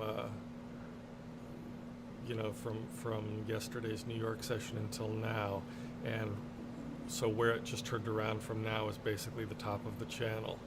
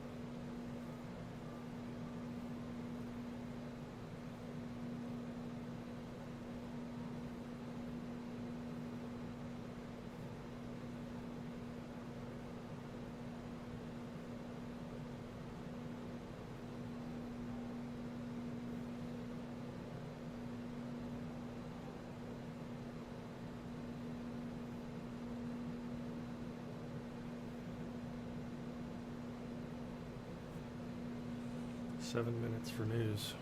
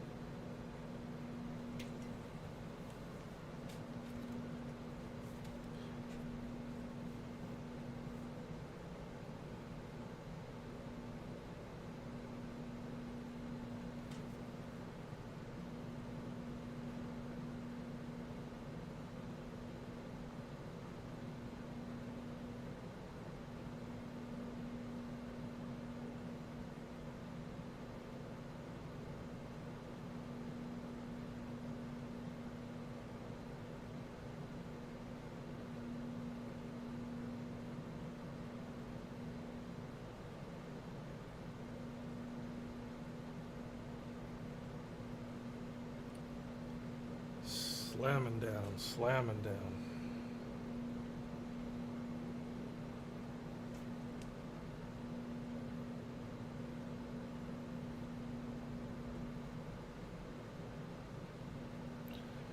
Yeah. No idea. I have no idea what the news is going to be.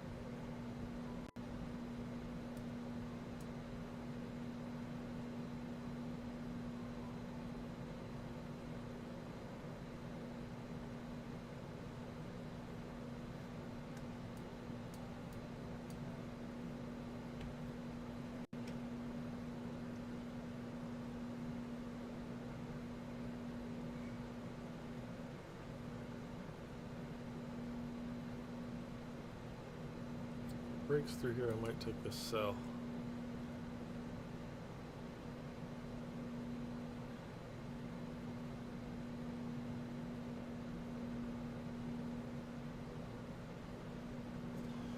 Maybe, depends on price action here. I'm looking at the Renko, and if it slams through these untested supports and that turncoat support, I might take the sell, but it doesn't look like it's going to slam through there. But it could turn around and just hit the floor again.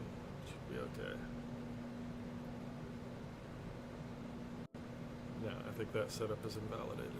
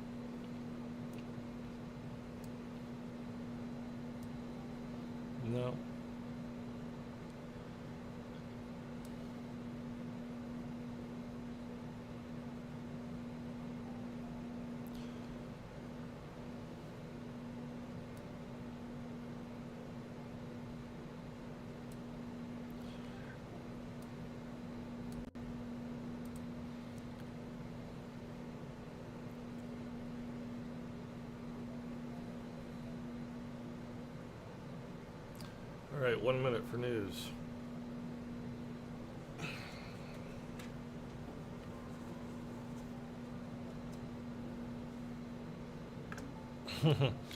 Might just come in as expected and not do anything.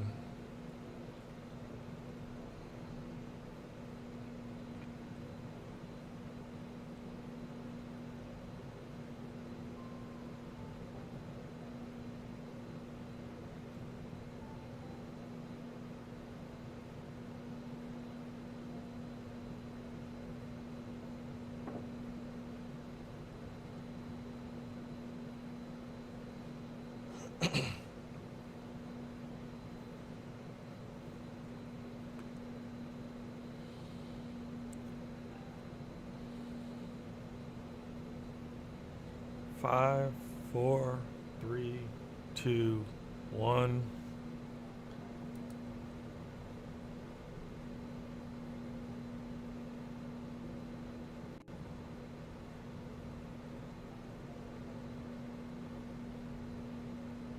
Okay, it came in lower than expected.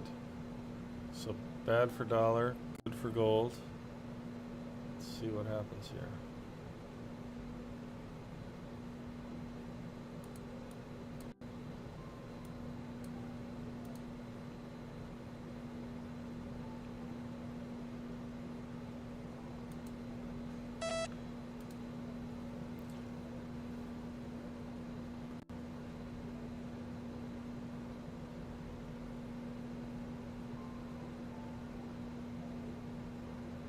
Mike, come on.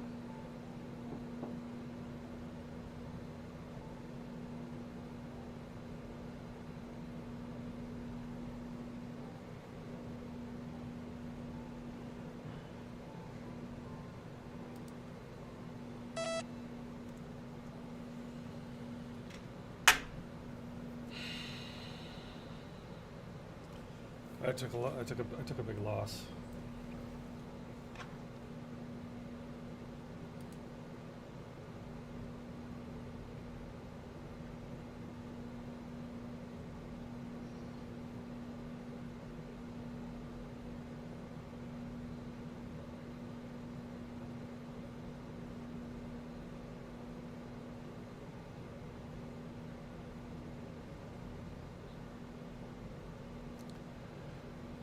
I got in late on the buy and then didn't get out soon enough on the way down.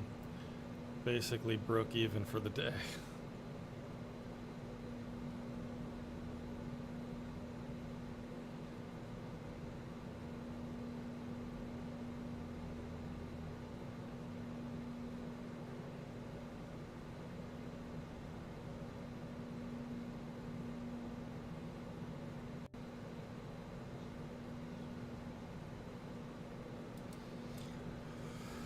Oh, that was bad. That was bad.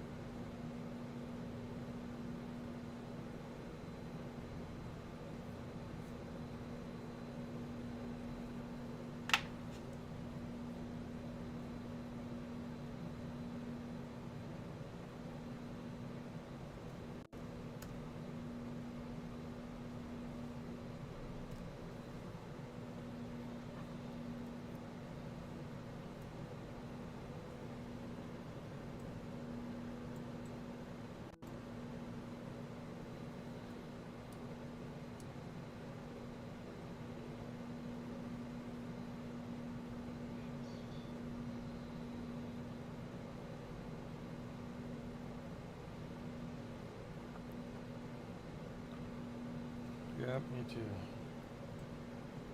That is disappointing.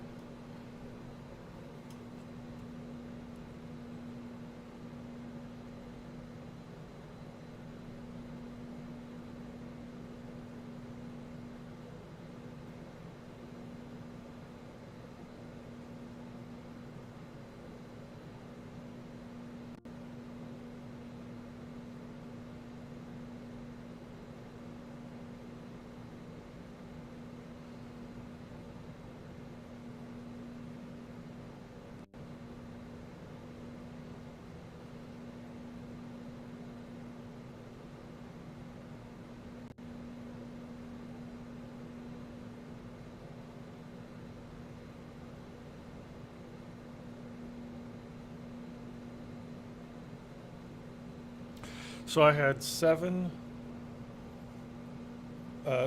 wins and one loss that wiped out all 7 wins.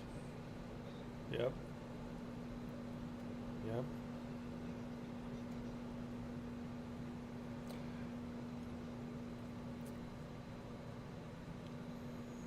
Nope, but I can't go. I was up 340 for the day, and that one loss wiped out 340. That's just the way futures is. These small movements wipe you out, and I'm not going to stay in the trade and let it go $500 against me and perhaps continue down. That would that's just I had yeah. Yeah.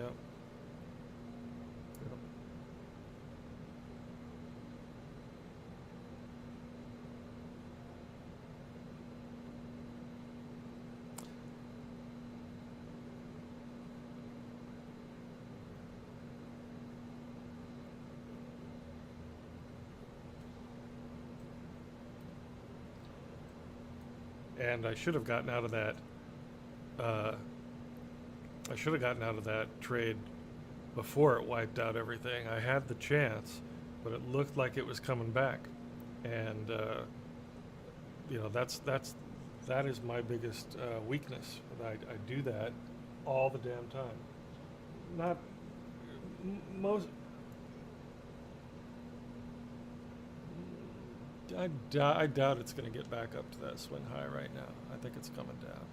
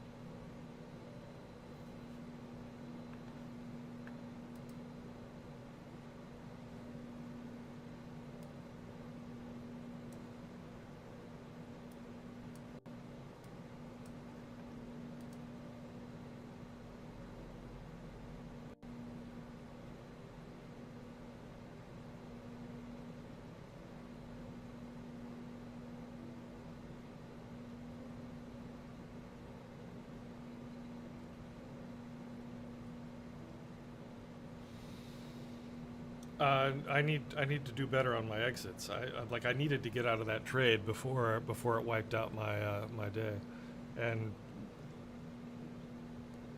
I needed to get out of it when it was 140 against me.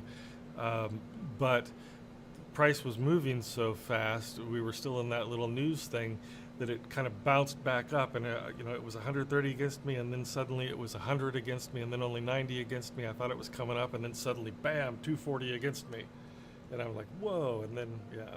So it really, I should have just exited as soon as it was no longer going my direction, and should have just said, "Oh, that's the way the cookie crumbles. Get out." But uh, you know,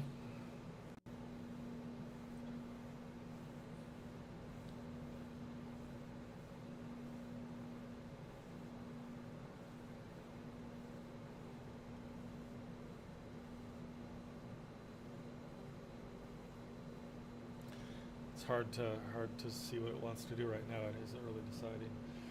I think I'm going to call it because I don't think I should trade anymore. Uh, and I'll be back this evening and tomorrow morning, and we'll trade and make some money. Yep. All right. Have a good one. I'll catch you soon. All right. See ya. All right, YouTube. That's the way the cookie crumbles some days, and that's the way it crumbled today. But it's not a big deal. It's not a big deal. You just have to shake it off. But I am going to stop trading right now. I don't see a really clear direction. You know, I've got that little devil on my shoulder telling me to revenge trade, make some of it back. I could probably take a sell here and maybe make $100 or $200 per account, and that would, you know, give me a decent end to the day.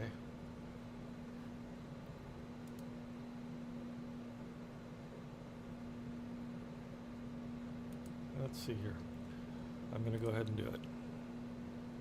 I'm 60, 80, 70. Oh, it only gave me 30. But you know what?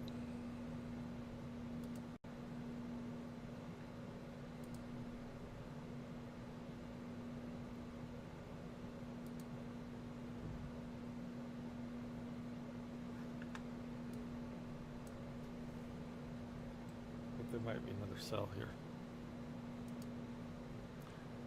And it's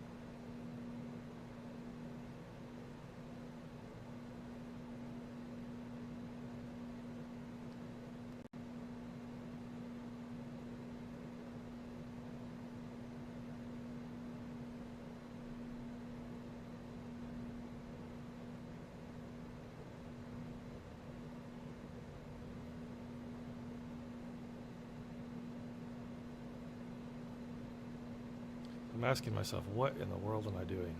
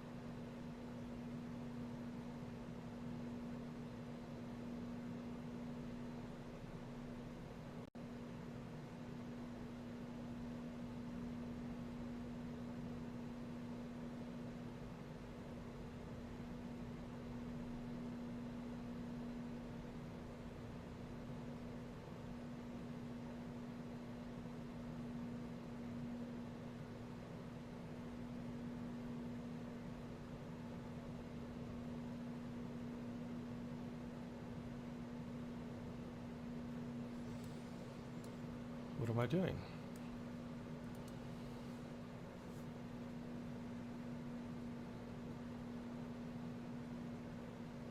This is complete irrationality. Why am I in this trade?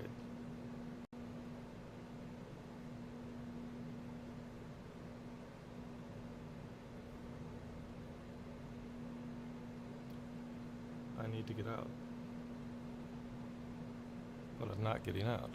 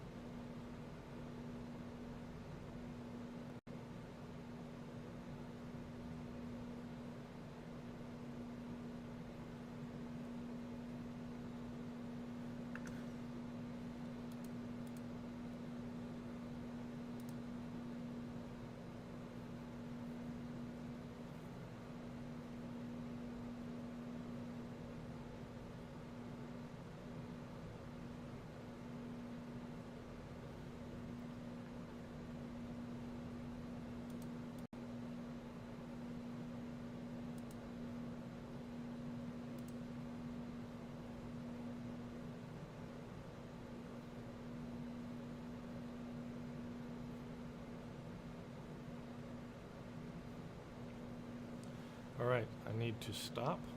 I'm going to do that now.